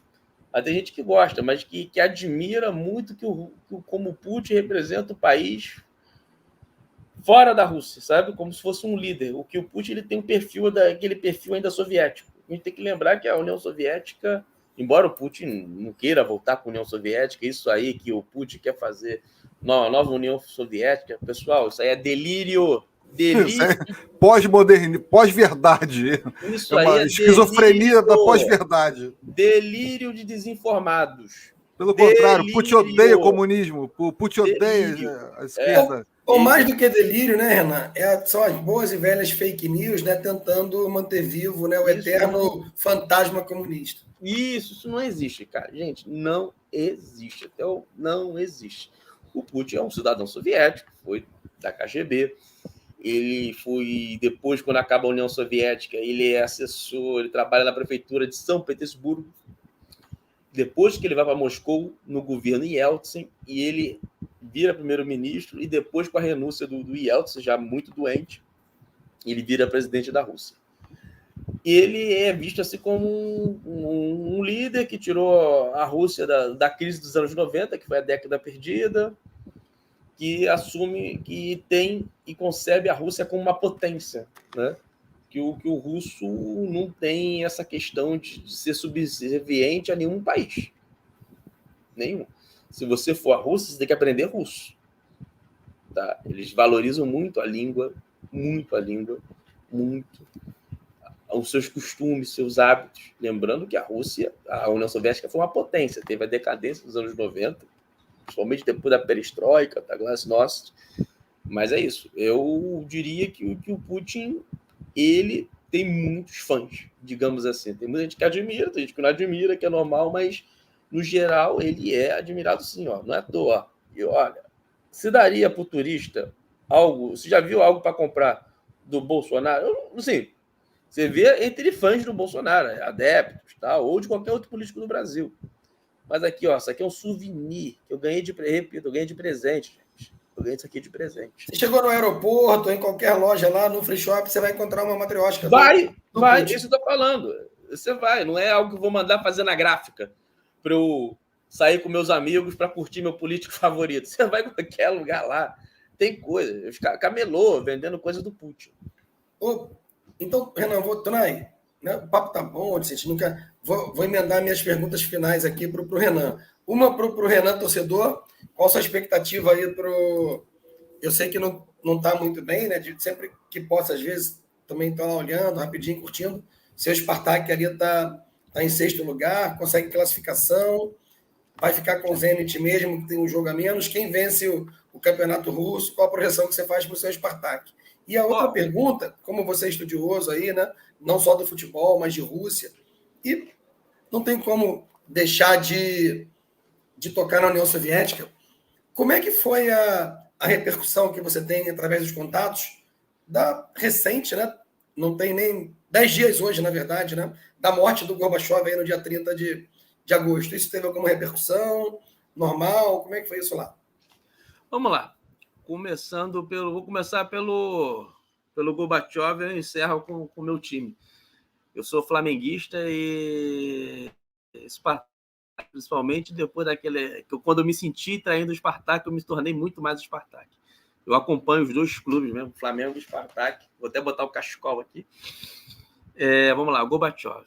Gorbachev, como o podcast é de São Gonçalo, vocês sabiam que o Gorbachev já esteve em São Gonçalo?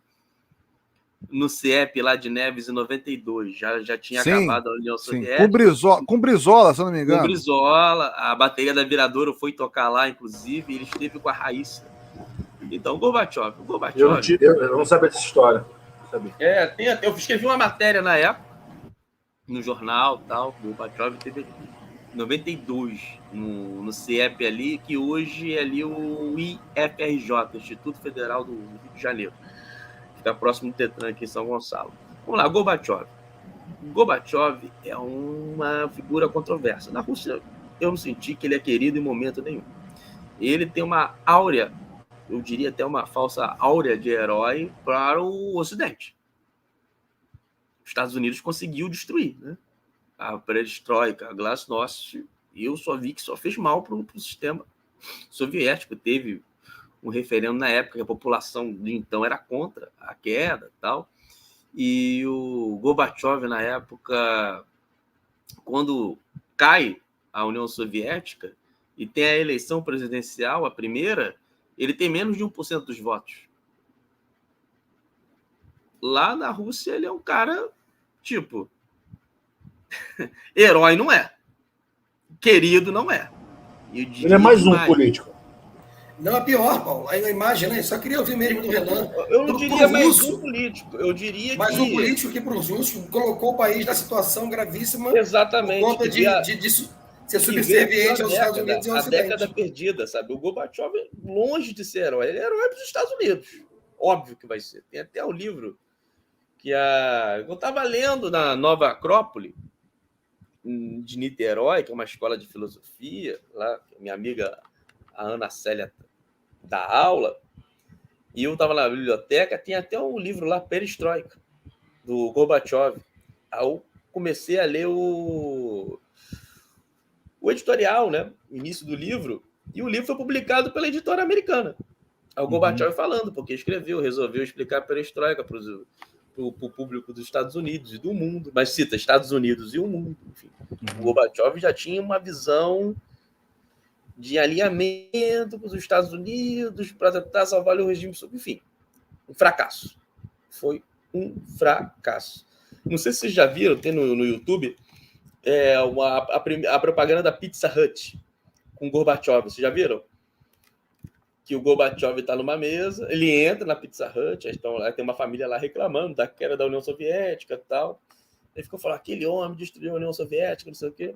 Aí acho que o garoto, o mais jovem, fala, mas aquele homem, nós temos abertura econômica, agora nós temos não sei o quê, nós temos as benesses, nós temos várias vantagens que a gente não tinha antes. Aí a propaganda ali transforma o Gorbachev num herói, que está longe de ser um herói. E ele estava longe de ser popular na Rússia. Claro que como um líder soviético, ele vai receber, um ex-líder soviético, ele vai receber todas as homenagens, condolências, mas está longe de ser querido, muito longe de ser querido, muito longe, mas é muito longe. Talvez nem nos Estados Unidos ele é querido, né? Ele entrou numa onda meio que de um joguete ali, né? Mas enfim, mas teve seu papel na história, foi um líder soviético, tentou fazer as reformas, foi um homem do seu tempo, mas da forma que a União Soviética caiu, isso custou caro para a Rússia nos anos 90, custou muito caro. E agora, sobre o meu Spartak Moscou.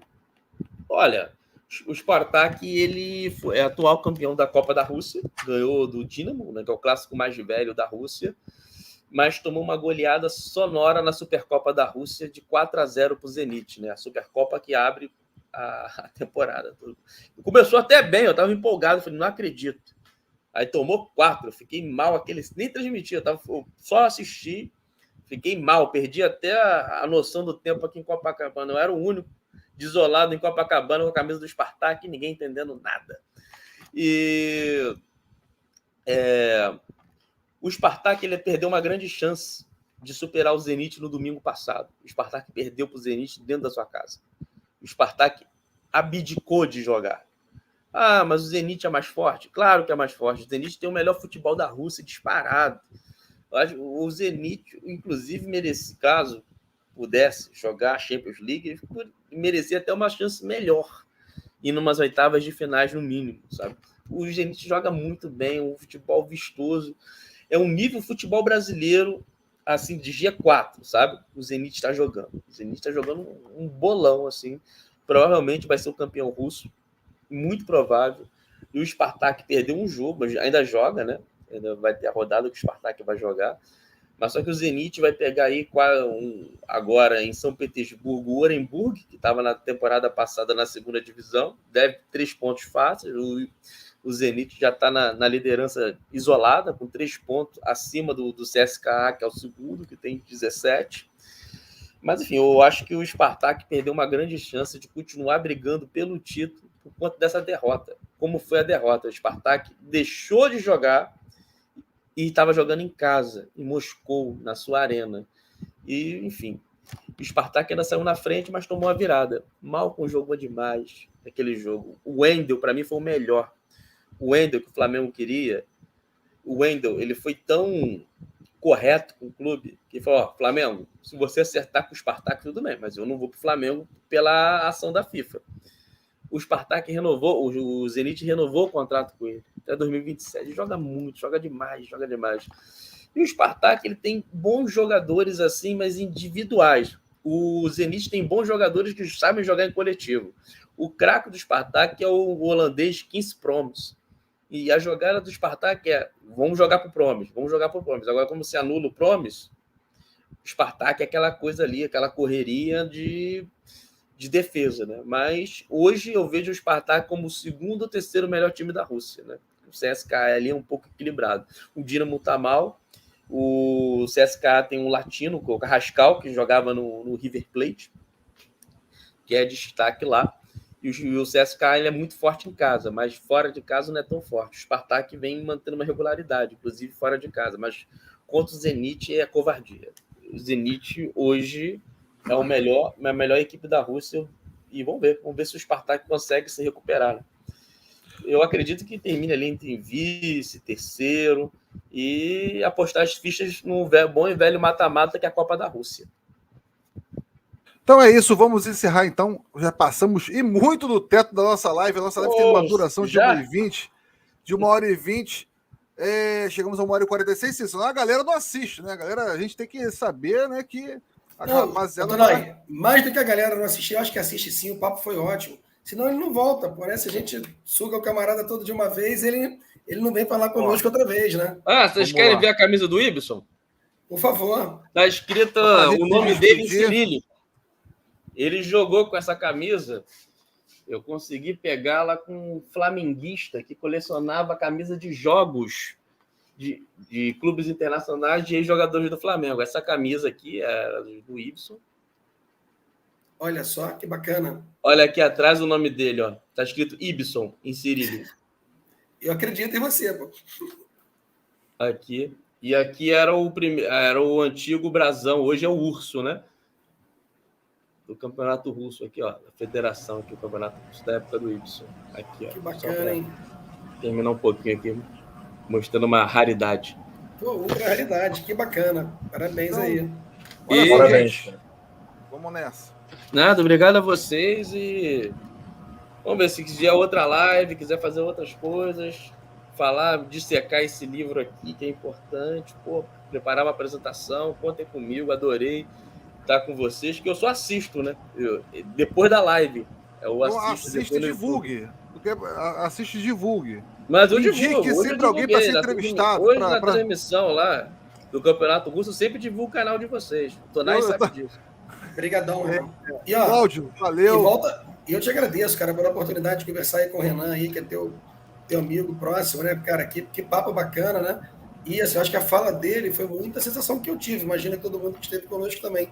Poxa, mas já o papo foi tão fluido, tão bacana, a gente conseguiu tratar de tantas coisas que podiam ser pesadas, mas de uma forma tão legal que o tempo fluiu rápido demais. Obrigado, Renan. Prazer enorme esse bate-papo. Sempre que quiser, as portas estão abertas. Nada, foi um prazer, gente. Tunai, Paulo, Cláudio, foi um prazerzaço. Tem uma pergunta aqui do Mari Nelson, né? Da Confraria de Botão, não sei quem é, não sei se é o Mari Nelson. É o Mari Nelson, Tunai? Confraria de Botão? O Mari Nelson não, velho. Quem fez essa pergunta foi algum membro da Confraria do Botão São Gonçalo. Quando é que você vai jogar o torneio de botão com a gente? Então, eu já falei com o Tunai que eu quero jogar aí no domingo, eu fico na minha mãe lá no Pita. Eu quero ir para jogar, mas desde quando... O time do Spartak ou da seleção russa? Não, o time do Spartak. Vou fazer boa ideia da seleção russa, mas vou fazer primeiro do Spartak. Vou ser clubista. Vai ser do time que foi vencer a Copa da Rússia agora. Quero fazer isso aí para jogar com vocês aqui, relembrar os velhos tempos e para terminar mesmo, vou mandar aqui um alô, que ela está acompanhando a gente aqui, ó, diretamente de Moscou. Eu vou pedir para vocês mandarem um alô para ela também. Ensina a gente como é que fala em russo para poder falar com ela. Como é que é alô em russo? Olha aí. Ó, então vocês vão falar Privyet. Privyet. Que é oi. Vocês vão falar Privyet. Como é que é o nome dela? Rússia. Ó, Privyet Anastasia. Tá? Olha lá. Privyet, Anastasia. Priviete Anastasia. Priviete Anastasia. Que é a Anastácia, né, pra gente. Sim. Lá é Anastasia. Ok, lá de Moscou. Legal a galera aqui. A Irina entrou aqui também, Priviete. Priviete, Irina. Prazer estar com vocês. Como diriam os russos, pacá, pacá. Tchau, tchau. Valeu, Paulo. Um abraço. Da Vedânia, né? Um abraço, bom final de semana para todos. E amanhã eu estarei presente no Leônidas da Silva, estreia do Bom Sucesso na 4ª divisão. Opa, maravilha. Ídolo do Mengão. Maravilha. Valeu, jornalismo, debate sobre temas que você normalmente não encontra na mídia convencional, participação popular, música de qualidade e muito mais. Web Rádio Censura Livre, a voz da classe trabalhadora.